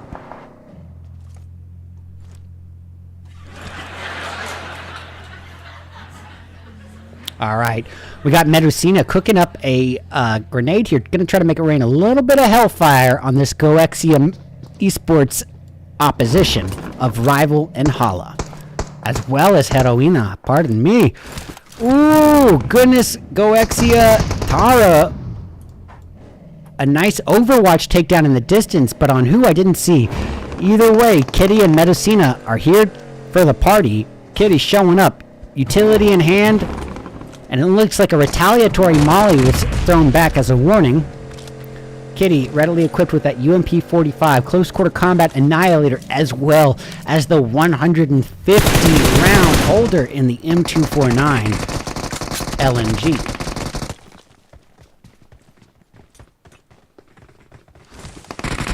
All right, Kitty honestly swallowing about as minimal damage as possible, and cast a curse to undo all that.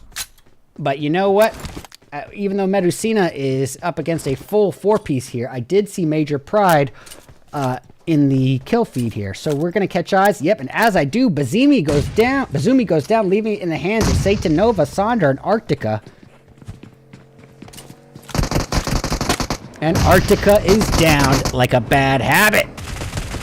Here on the main screen, Medicina's final stand happening right now, and it is not going to be enough. Loved her strategy, trying to utilize the 300 method. Kind of get a close, narrow stairway where numbers can't really flood in on you all at once. But even then, the rush up in teams of 2 was enough. All right, we're going to switch on over. Catch eyes on the Witchers.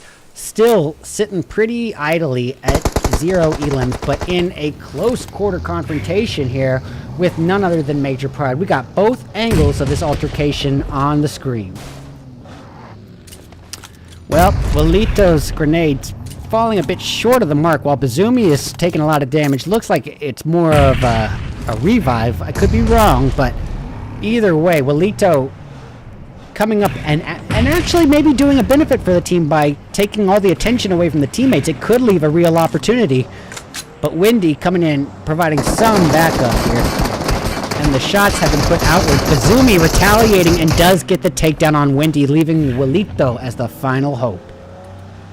Oh, I withdraw that. Not as the final hope. He's still got Sithu and Shoddy. Where are they? They're coming up to the party here, and now as we speak, looks like Shoddy is going over to, I was going to say rush into X9. I don't think so. I think that ended up being a little bit of a scouting situation gone wrong.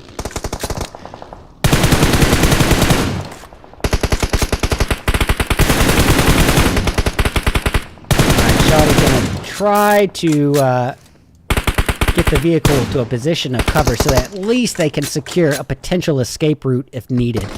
Windy's still knocked here. Walito trying his best to enshroud his fallen teammate in what cover he can. You know, they're on the wrong side of the geography here, so it's down to utilities on open sand here. But Windy's still not thirsted. Shoddy really gonna have to exemplify some exceptional overwatch and cover fire. Same can be said to Sithu, but to add bad timing into the equation, X9 has a real opportunity here to come in for a third party if they so see fit. Doesn't look like they're all too aware of that, though. Yeah, I don't think they are.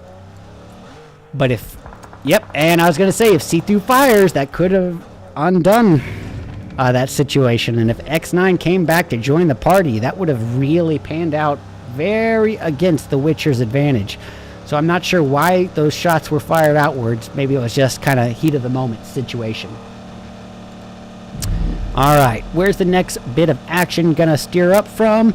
Probably down south here in this new region of zone, where we can see members of Tres Ranchos still relatively close to the veteran zoo, but I'm a bit hesitant to tune in just because they have been close by one another for quite some time. So I think they're kind of just both playing a reserved approach. We're going to go check in on X9. We got Polly of X9 actually, or pardon me, Pow of X9 getting relatively close in proximity to Veteran Zoo. This is also one of those situations where I have to remind myself that this is Miramar and objects may appear closer than they actually are. Well, give credit to veterans. They know the importance of high ground in Overwatch, and never more so than on a map like Miramar. But it still could boil down to a bit of a waiting game, a battle of patience between these two teams. So I think what I'm going to do, we'll keep eyes on here on the alt cam, and on the main cam, let's go check in on the Witchers in this standoff against SOFOKE.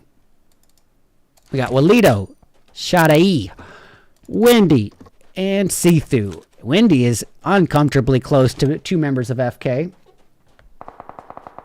Yep, and on the alt cam, we'll pull up FK. We got Nico Robin holding position, Scar L Car 98 combo in hand.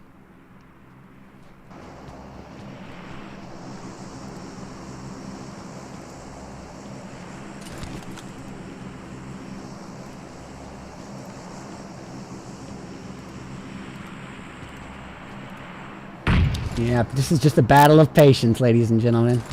As to be expected.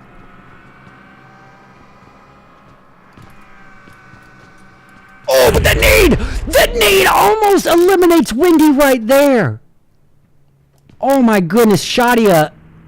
I almost feel like Shadia was robbed here. What a well-placed nade. Just accounting for that corner that she couldn't see. Wendy is extremely fortunate to have not been knocked from that.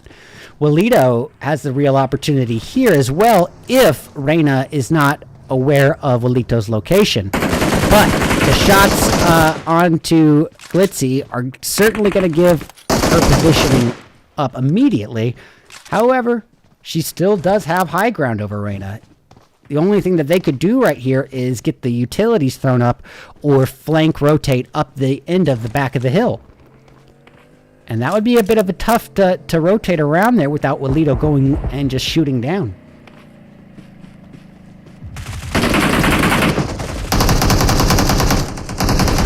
And Reina is down. Shadia on the alt cam putting up her final stand. Shadi coming in with no health. Wendy coming in, no health as well. And they're still ganging up on the opposition of SOFOKE, and that is quick work.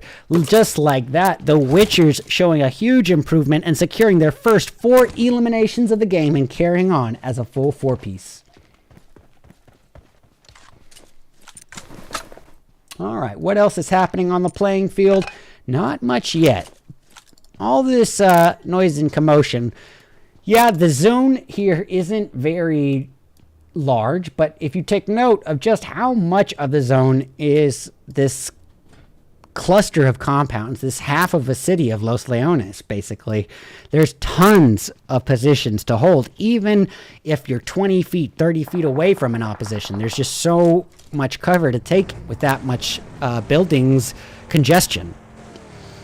Well, Veteran Zoo, still a full 4-piece, 1 limb to their name, but definitely showing some continuous progress here. Now they've qualified for placement points. All the while, I have caster cursed it as Kami is taken down, leaving things in the hands of Lilith, Anara, and Chinita. Oh boy, Chinita swimming in an opposition of GOEXIA members and having to face opposite to account for members of XNINE as well as Tres Ranchos. Talk about being in between a rock and a hard place.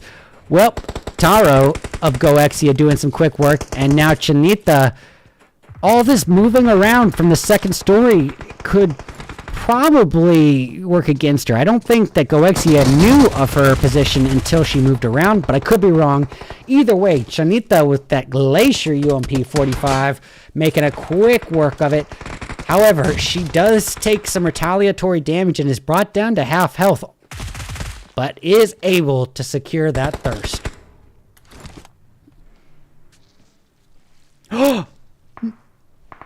Oh no, it looks like my alt camera game has crashed. We'll see if I'm allowed back in the match, but this standoff between Veteran Zoo and GOEXIA continues.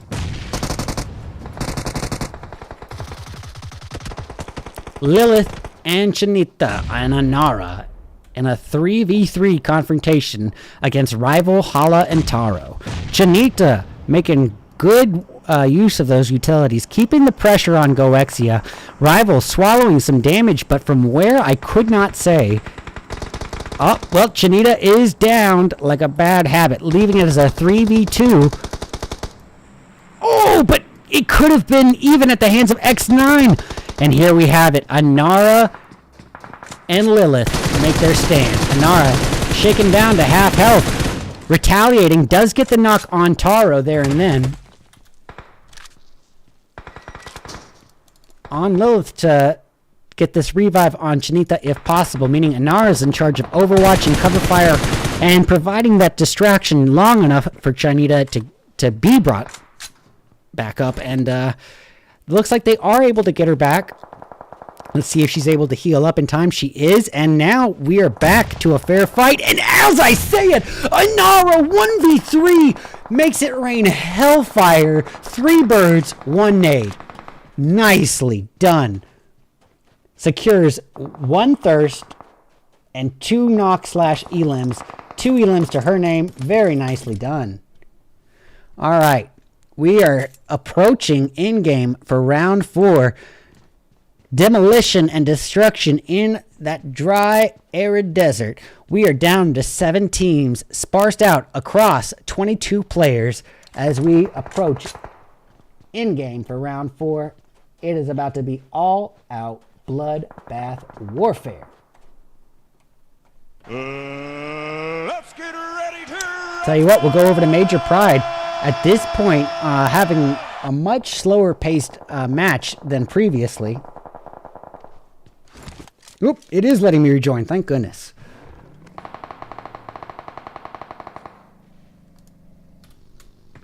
All right, well, we see Sethu rotating just 1 building over. Shoddy holding position. See Satanova enshrouding her vehicle in a cloud of smoke to make sure she has some method of escape route, but just in time because the Witchers are... It's the witching hour, and Walito is approached. Satanova caught a little bit off guard there, but not swallowing any damage, thankfully. But then Shoddy just immediately adds insult to injury, giving a sliver of hope just to take it away. And Sonder is a burning candle, only to be taken down at the witching hour. The Witchers showing so much improvement here in round 4. Already sitting on a very healthy 6 elims, half of which belong to Walito, and still a full 4-piece as they approach this 6-team, 20-member in-game. So what we're going to do is get numerous angles up here.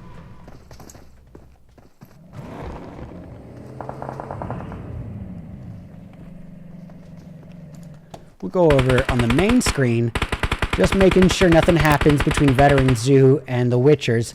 Looks like members of XNINE lost a member just then. I'm not sure to who. I didn't see it in the kill feed, but at this point, it is definitely down to Liz and Johanna as a 2-piece, but they do have some compound cover. Are they going to hold position and let these numbers dwindle, or are they going to try to make the most of this in-game third-party opportunity?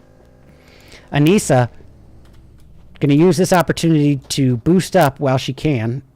All the while, GOEXIA, or pardon me, Extreme Ice, holding position. It's an exchange of utilities. Brian's nades very, very overshot. Anissa is not a bit worried from that one. But Jazz coming up to the party, ready and waiting, holding this positioning, and now the blue zone has swallowed Anissa. This is not what she needs. That's just dishing out some extra damage. It's almost an extra teammate to Jazz, but Jazz didn't expect Rizova and Lisa to be waiting behind. And Rizova and Lisa didn't expect members of Extreme Ice to have more high ground. Oh my goodness. It is a battle of strategic placement, and then ultimately the highest IQ play in this one is going to have to go to Extreme Ice.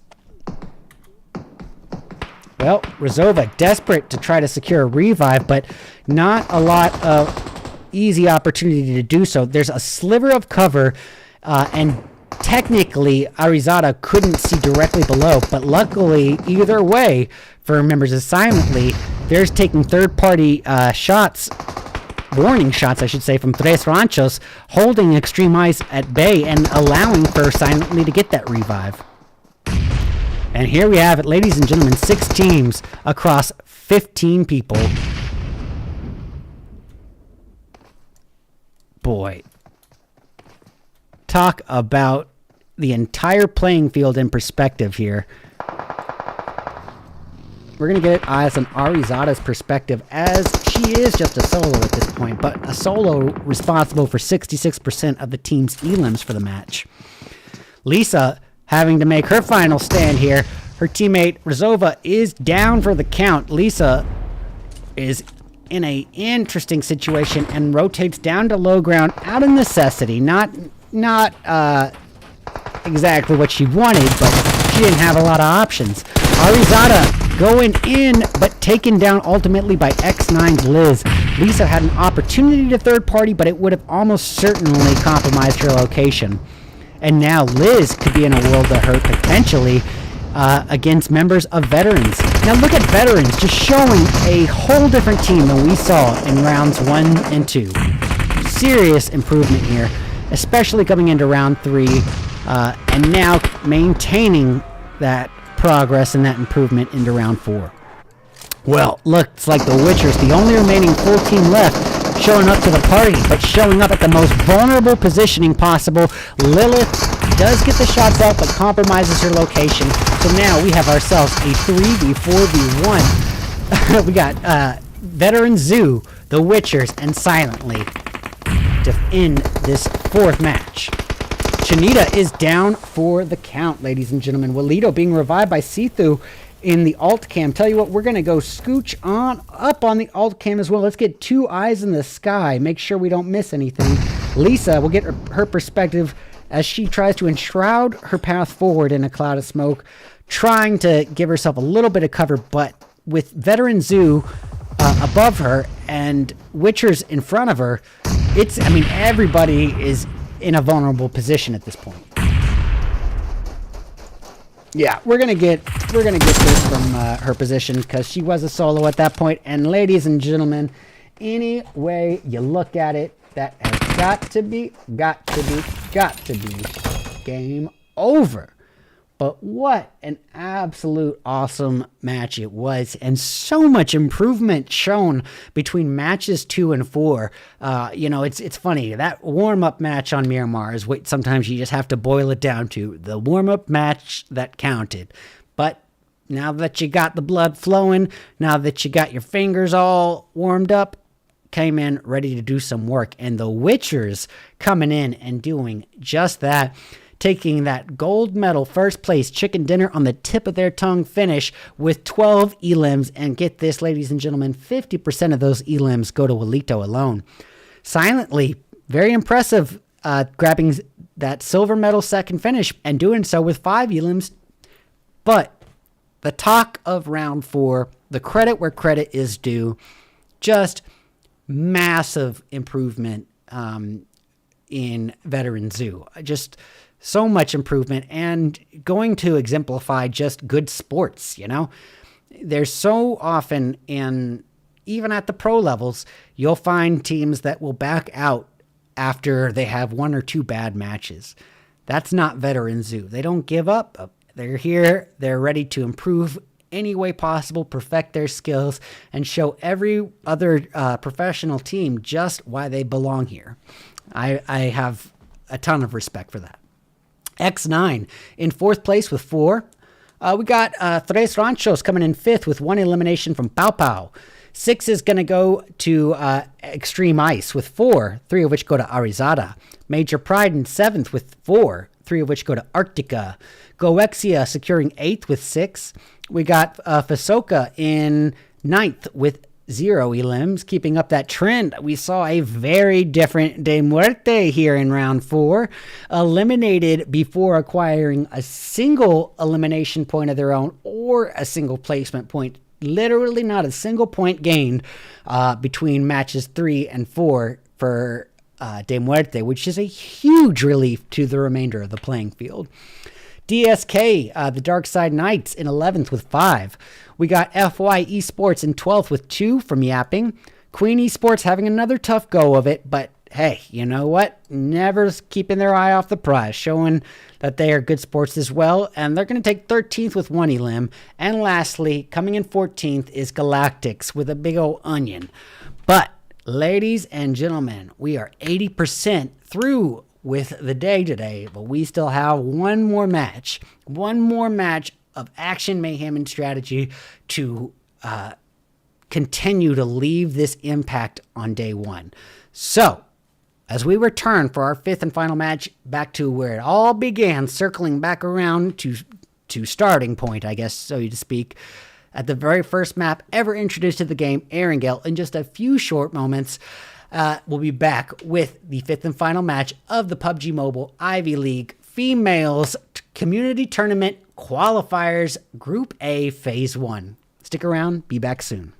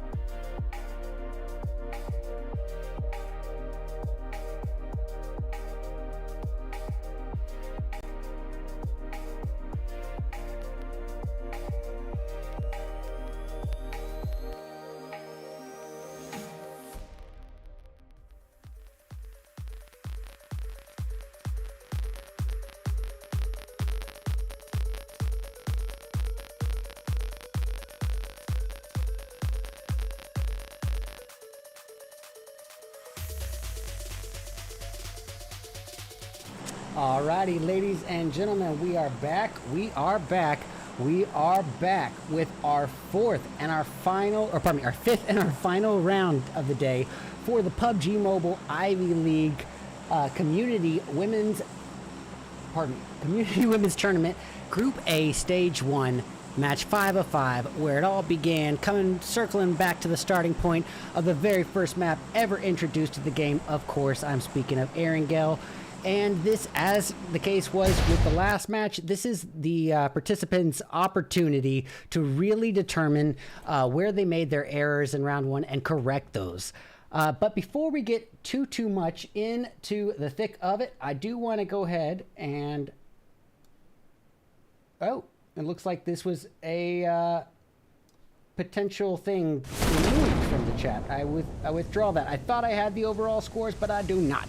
So, tell you what, we got members of Major Pride dropping along the Sanhok region, and they're not going to be too alone. They've got members of RANCHOS as well as Queens in the area already. Cat and Nia, Cashew, and Abyss all trying to get properly looted, and they have had a tough day to say the least, and it is not end there as Abyss is thrown to the abyss. Oh, I am making my main man DKZA very proud with these dad jokes. I know I'm bringing the heat with them.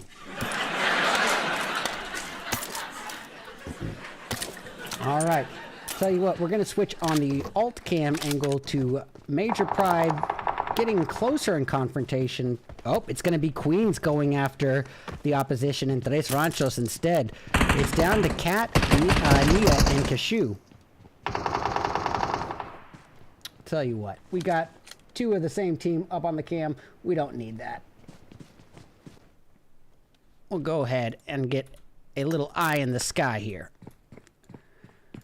Cashew holding position, but in kind of a world of hurt, stuck in between a rock and a hard place, serving as the deli meat in between this peanut butter and trouble sandwich that is surrounding them. You got Major Pride and RANCHOS coming in, and Major Pride at the forefront of it, with Karen keeping some utilities overwatching Cashew, keeping the pressure on Cashew, and a little bit of retaliatory utilities thrown back as an answer to that. Neither hitting any sort of damage or mark. And you have to know at this early stage in the game, these utilities are limited resources to begin with, but especially at the beginning of the game, you're lucky if you have a nade that early. All right, we'll pop out of RANCHOS coming in with both of these teams in his sights, and he is not biased. He is aiming at whoever is willing to take the knock. And it looks like Karen is down, like to be revived by Satan Nova if Queens' Cat does not try to go secure a thirst, and understandable why she wouldn't with just a revolver in hand. Tell you what, we'll even go to Queen's Cat on the alt cam. Get both perspectives up here. And I do apologize, ladies and gentlemen, this is actually round 5, not 4.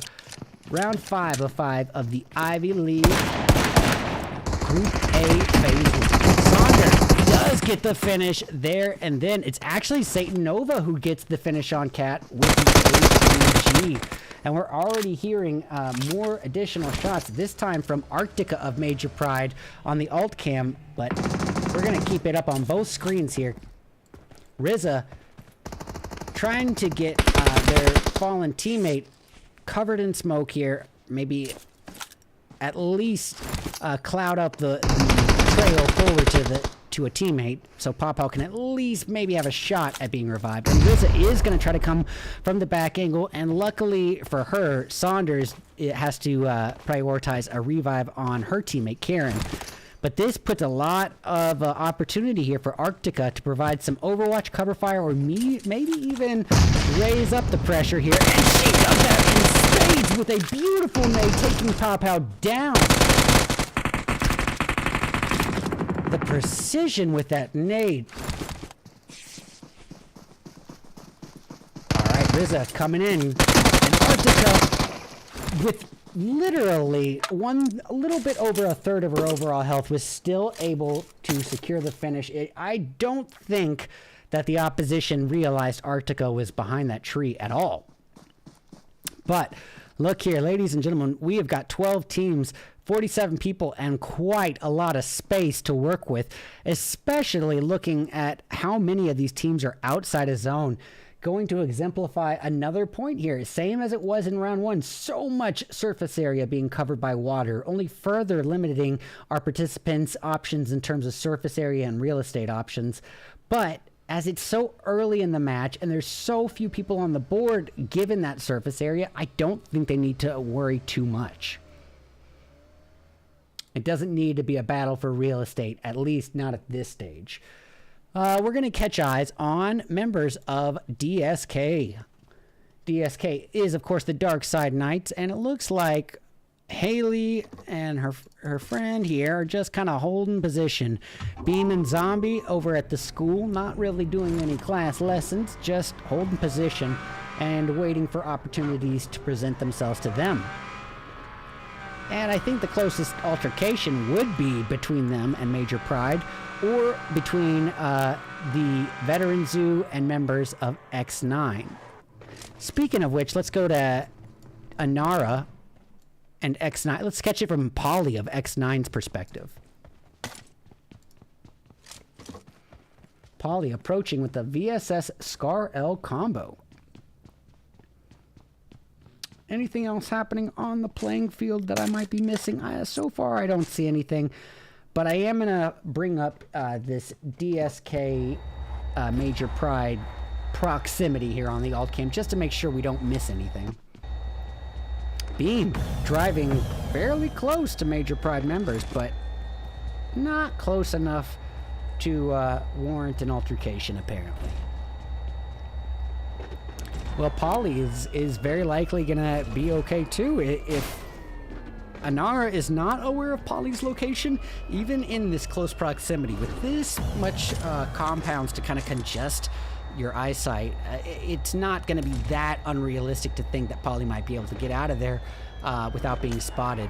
I'm going to switch my attention over to Haley of the Darkside Knights, because she could be stuck in between a rock and a hard place as well, with Major Pride to her north, and just below her to her south, she's got members of Veteran Zoo. You know what though? De Muerte. The talk of the town so far for day one, De Muerte. Oh no. Looks like we might have a little bit of a freeze there, ladies and gentlemen. No problem, no problem, no problem. Do not worry. I got you covered. And I'll turn on the sound. Just give me one moment. Oh, you can hear the sound. Good. I can't hear it. Let me go ahead and turn it on for me. Okay, so we're gonna go ahead. I'm gonna relaunch that on that cam, but meanwhile, we're gonna go ahead and tune in just to make sure we're not missing out on anything too exciting. Going to just say right now, boy, having a backup is good. Sometimes you can have the best network possible, the best equipment possible, and still have technical hiccups here and there. Either way, we're all good. We've got GOEXIA working their way on into zone. They might have to worry about GCS. All right, we're rejoining on the main. Yeah, we're going to switch over to that for sure. GCS is uncomfortably close to GOEXIA.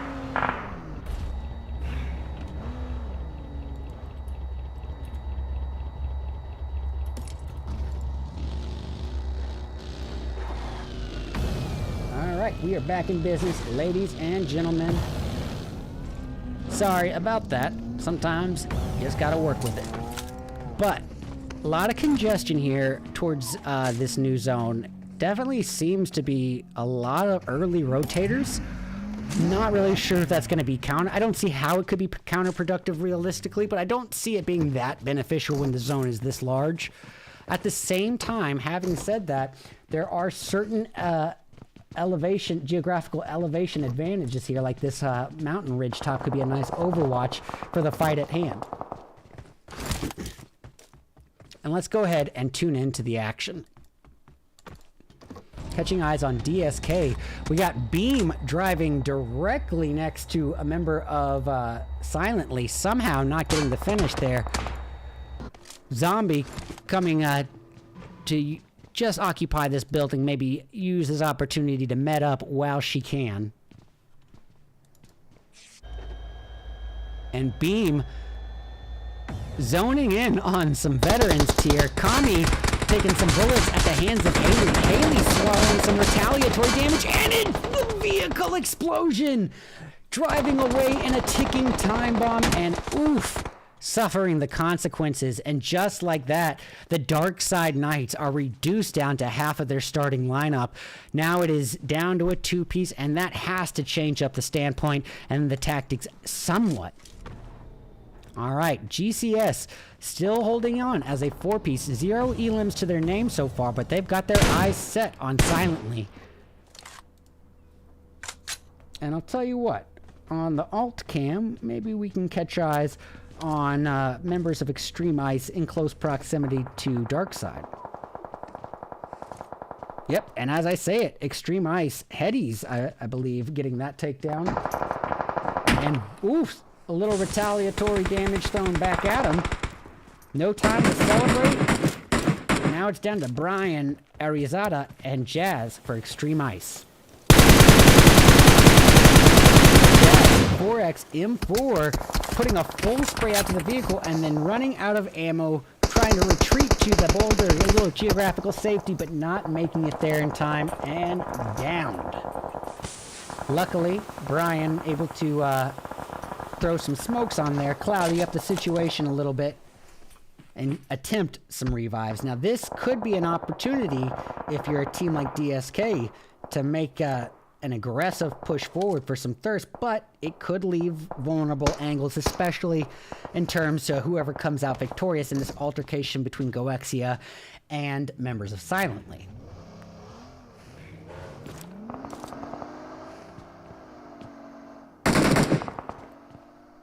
All right, Scar firing away at Hala of GOEXIA. Not a single connecting shot, unfortunately.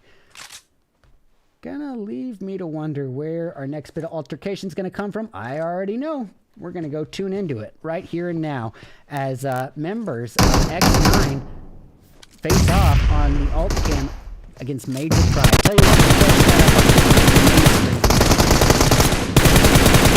what, firing back.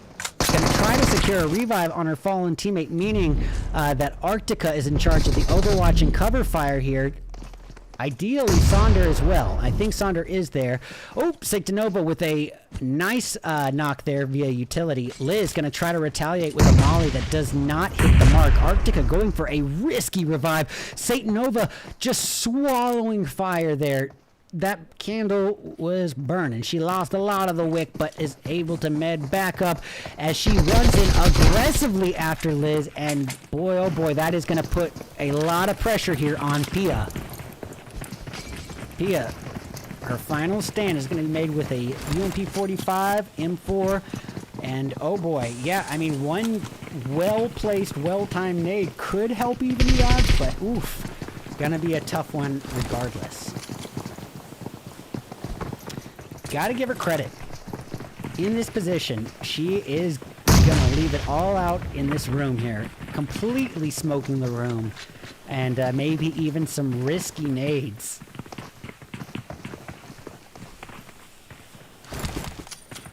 And let's see, what else is happening?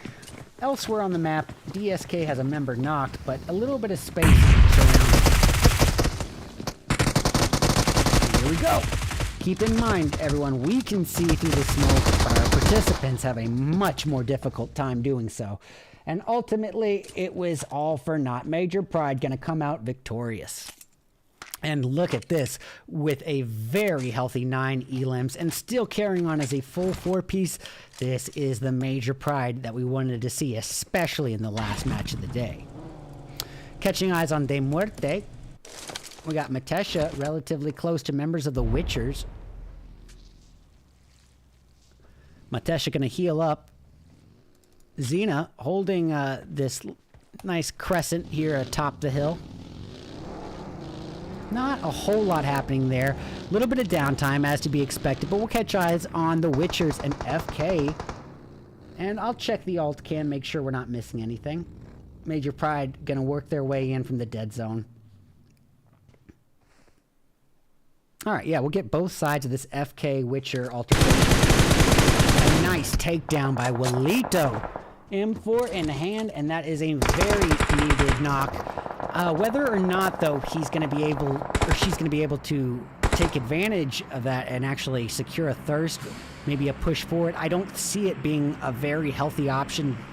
I had misread that and thought that it was just 2 members of VK, and actually, I think it might be just 2 members. Yeah, that could have been an opportunity to push before that revive was secured. Risky nonetheless, and leaves a lot of vulnerable space in between there in that next building. So I understand the hesitation in doing it. Can't really say that in hindsight, being 2020, that was a bad move to hold off.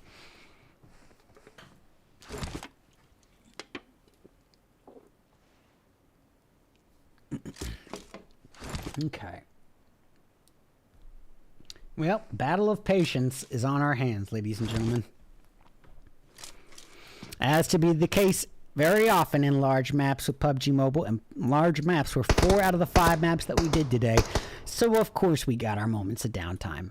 And as with every other match that I've said it for, a more passive early game only means one thing, ladies and gentlemen, a more action-packed and climactic middle in-game. Let's go to GOEXIA. They just lost a member. It's, oh, wow, outside of the zone, Major Pride in GOEXIA. Okay. We'll keep this standoff here on the main, or the alt screen, but I don't think it's going to happen. Matter of fact, I'm going to make the alt camera a little bit smaller.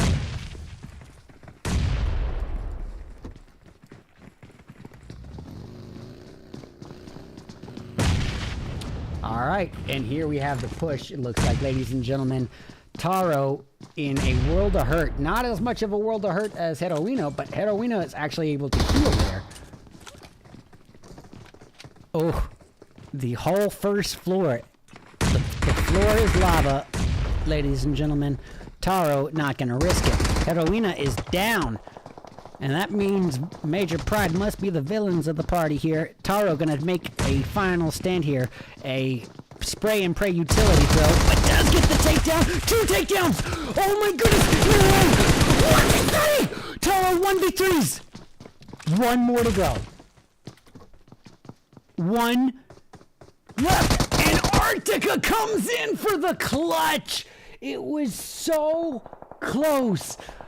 But, oh, close only matters in horseshoes and hand grenades, ladies and gentlemen. And these ladies didn't throw a hand grenade in this set.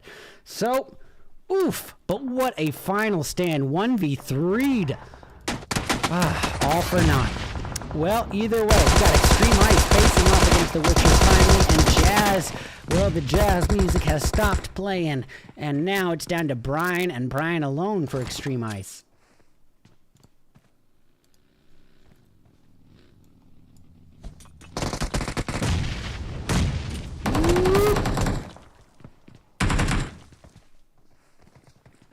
All right.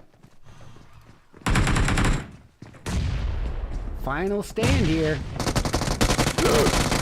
And all for naught. Walito takes what is hers and secures that dub as well. So, we are going out of the frying pan into the fire, so to speak. If we're the Witchers, no time to celebrate whatsoever. It is blood sport. And having to do some defensive fire immediately after securing that thirst. Now, realistically, that shouldn't be the scenario here with this much space to themselves, but let's look at just how much of this zone has actual building cover. Not that much. All these little dots that you guys are seeing here, pardon me, all these little dots that y'all are seeing here are just hay bales. So realistically, in this now new shifted zone, you have 2 slivers of compounds to choose from, and that's it. And it is gonna be a battle for real estate this time. You can bet your bottom dollar. And realistically, Major Pride can basically claim the top right compound. And basically FK has got the top left compound on lock. Now it's going to be about defending. All right, here we go. No time to waste. Let's catch eyes on members of Team 16 Galactics, who had just an atrocious previous match after a fairly decent day. So they're just trying to undo the lost progress from last match. All right, well, with Ari down, look at the spread here on Galactics. Honestly, at an in-game point, that's a very risky thing to do, and we're seeing why. So spread out that you're not really able to assist your teammates when they are knocked, and, you know, in this case, it's going to leave Allie in a position where her best bet is to try to lay low under the radar and remain hidden. And in this case, I think that these utility smokes are going to be, if anything, counterproductive. They're going to be a honing beam for her location rather than clouding it. All right, meanwhile, Shadia of FK facing off against numerous teams. We got Wendy coming in from the Witchers. Wendy and Shadia. All right, and Wendy does take down Robin. Oh boy, Shadia! Shadia gets Shoddy, and then Wendy gets Shadia. Woof! This is bloodbath warfare. No time to celebrate, and what better third-party opportunity than to Major Pride putting their eggs in multiple baskets. We got Karen holding the off angle, Arctica the back angle holder here, and they're just waiting to see who presents themselves in this altercation between the remainder of Galactics and the Witchers. And I mean, let's not throw De Muerte out of the mix here for obvious reasons. De Muerte been just dominating today, even with a 10th place 0-point finish in round 4, dominating the day, only to be seconded by Major Pride. So the fact that De Muerte has even reached this in-game, if they had 0 elims, I wouldn't be concerned. But the fact that they can throw literally 12 elims so far on the board, as well as 4 slots of placement points into the mix, I mean, no matter what, they have lined themselves up for a phenomenal head start and a phenomenal lead after day 1.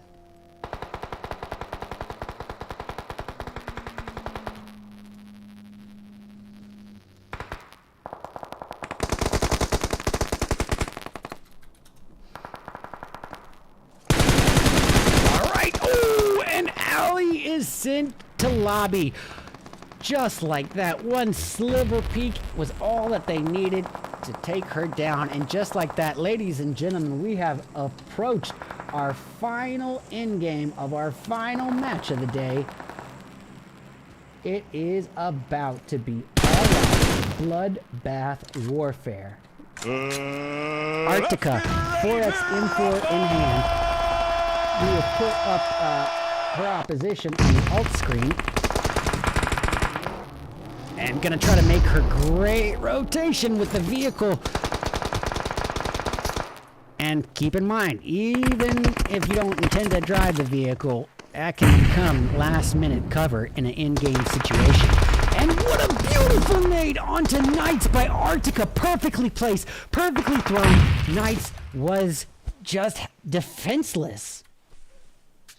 And now, to add a little blessing from PUBG, we got the care package dropping right next to them if they were to desperately need some resources. Well, Karen clearly does, but with a knocked teammate, what a risky time. I would think that reviving would be the higher priority, but either way, we got ourselves a showdown. She's going to give it a go. That care package ends up being a little bit of cover. When all is said and done, when geographical cover is not afforded to you, you have to use anything you can. And boy, this care package was a blessing, for at least for Major Pride.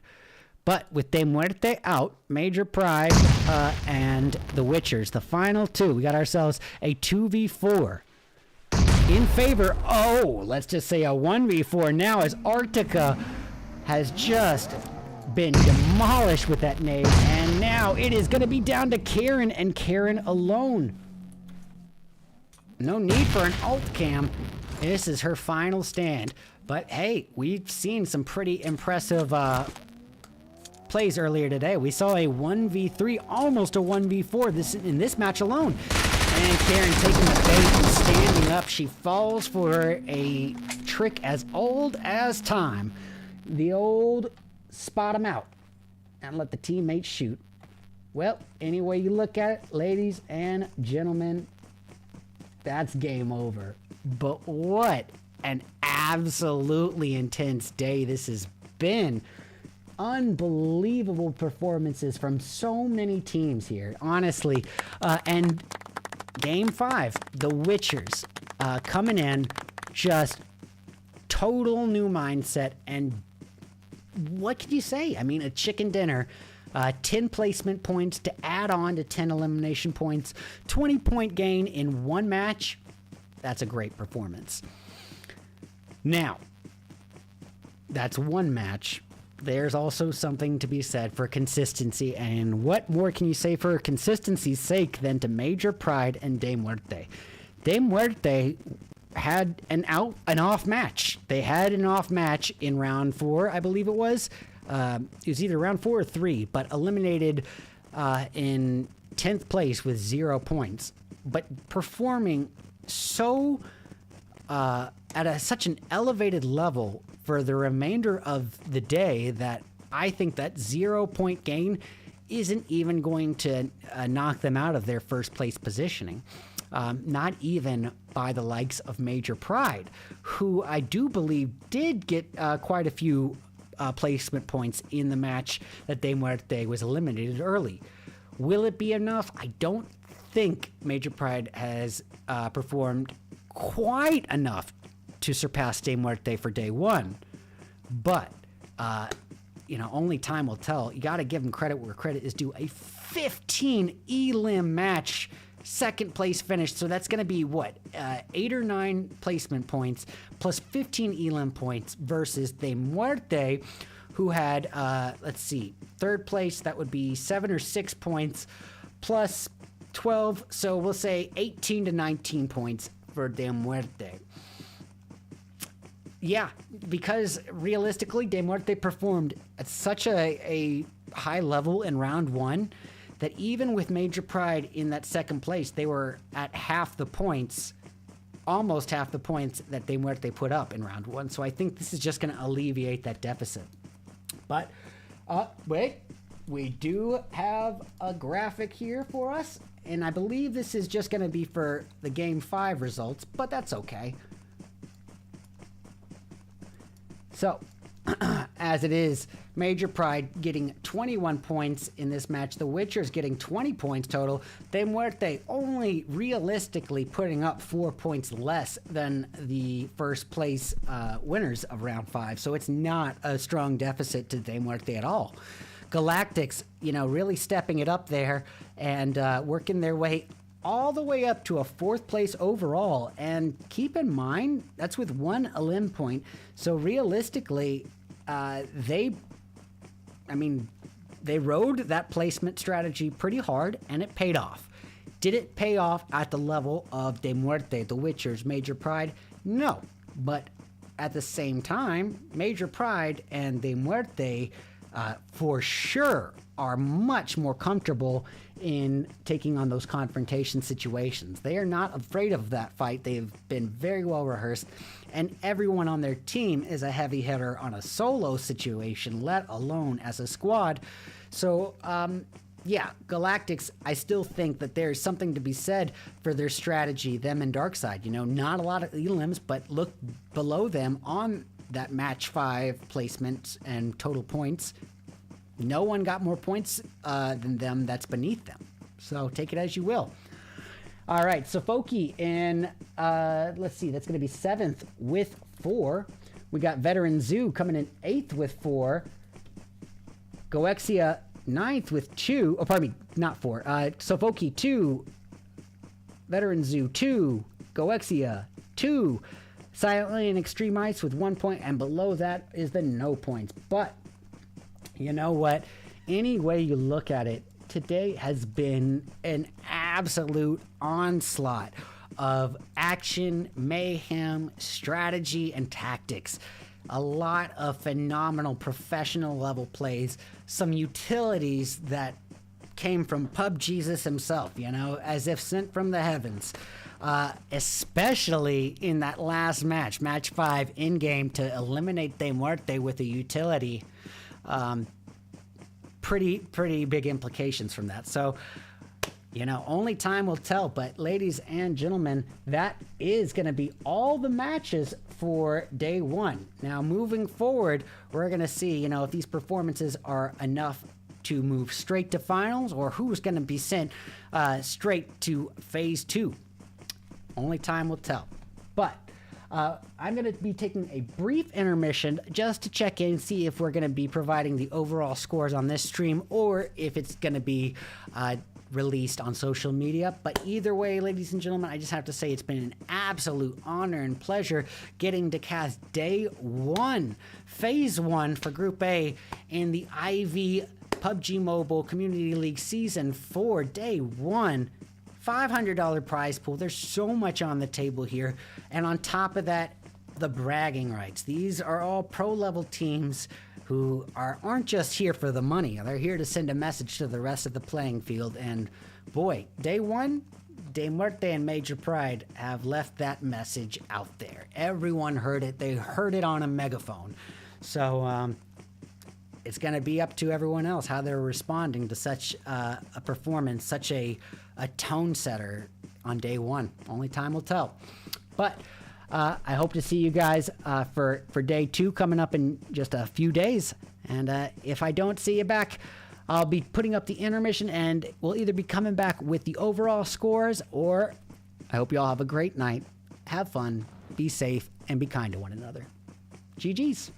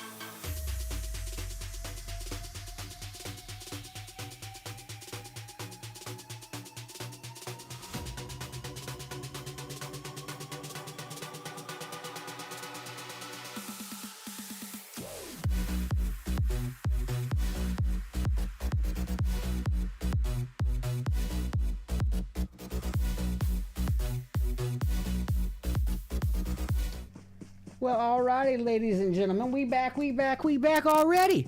And here we go. So, I don't want to let the anticipation build too much. We have the overall scores as they currently stand. This is the single one. All right. Okay. So, let's go ahead and have a look. Overall scores after game 5. We see De Muerte, as I predicted, a huge lead in first place. And that, ladies and gentlemen, is with that round 4 0-point performance. Eliminated in 10th place, still maintained the lead by, count 'em up, 21 points. Literally over, I guess that's a 25%, around a 25% lead over the second place holders, Major Pride. And get this, that gap carries on because Major Pride has a 23-point lead over the third place holders in the Witchers. But, you know, just phenomenal performances, but just going to exemplify how De Muerte's aggressive, berserker, guns blazing strategy paid off for them in spades, so much so that even with a disaster of a match, a 0-point gain match, they maintain a 21-point lead over second place. So, yeah, that's worth some claps. That's worth a golf clap for sure. Hallelujah! But, anyways, you know, give it up. FY Esports only trailing behind the Witchers, in 4 points behind with 39. XNINE in 5th with 26. 6th going to Silently with 24. 7th to 23rd.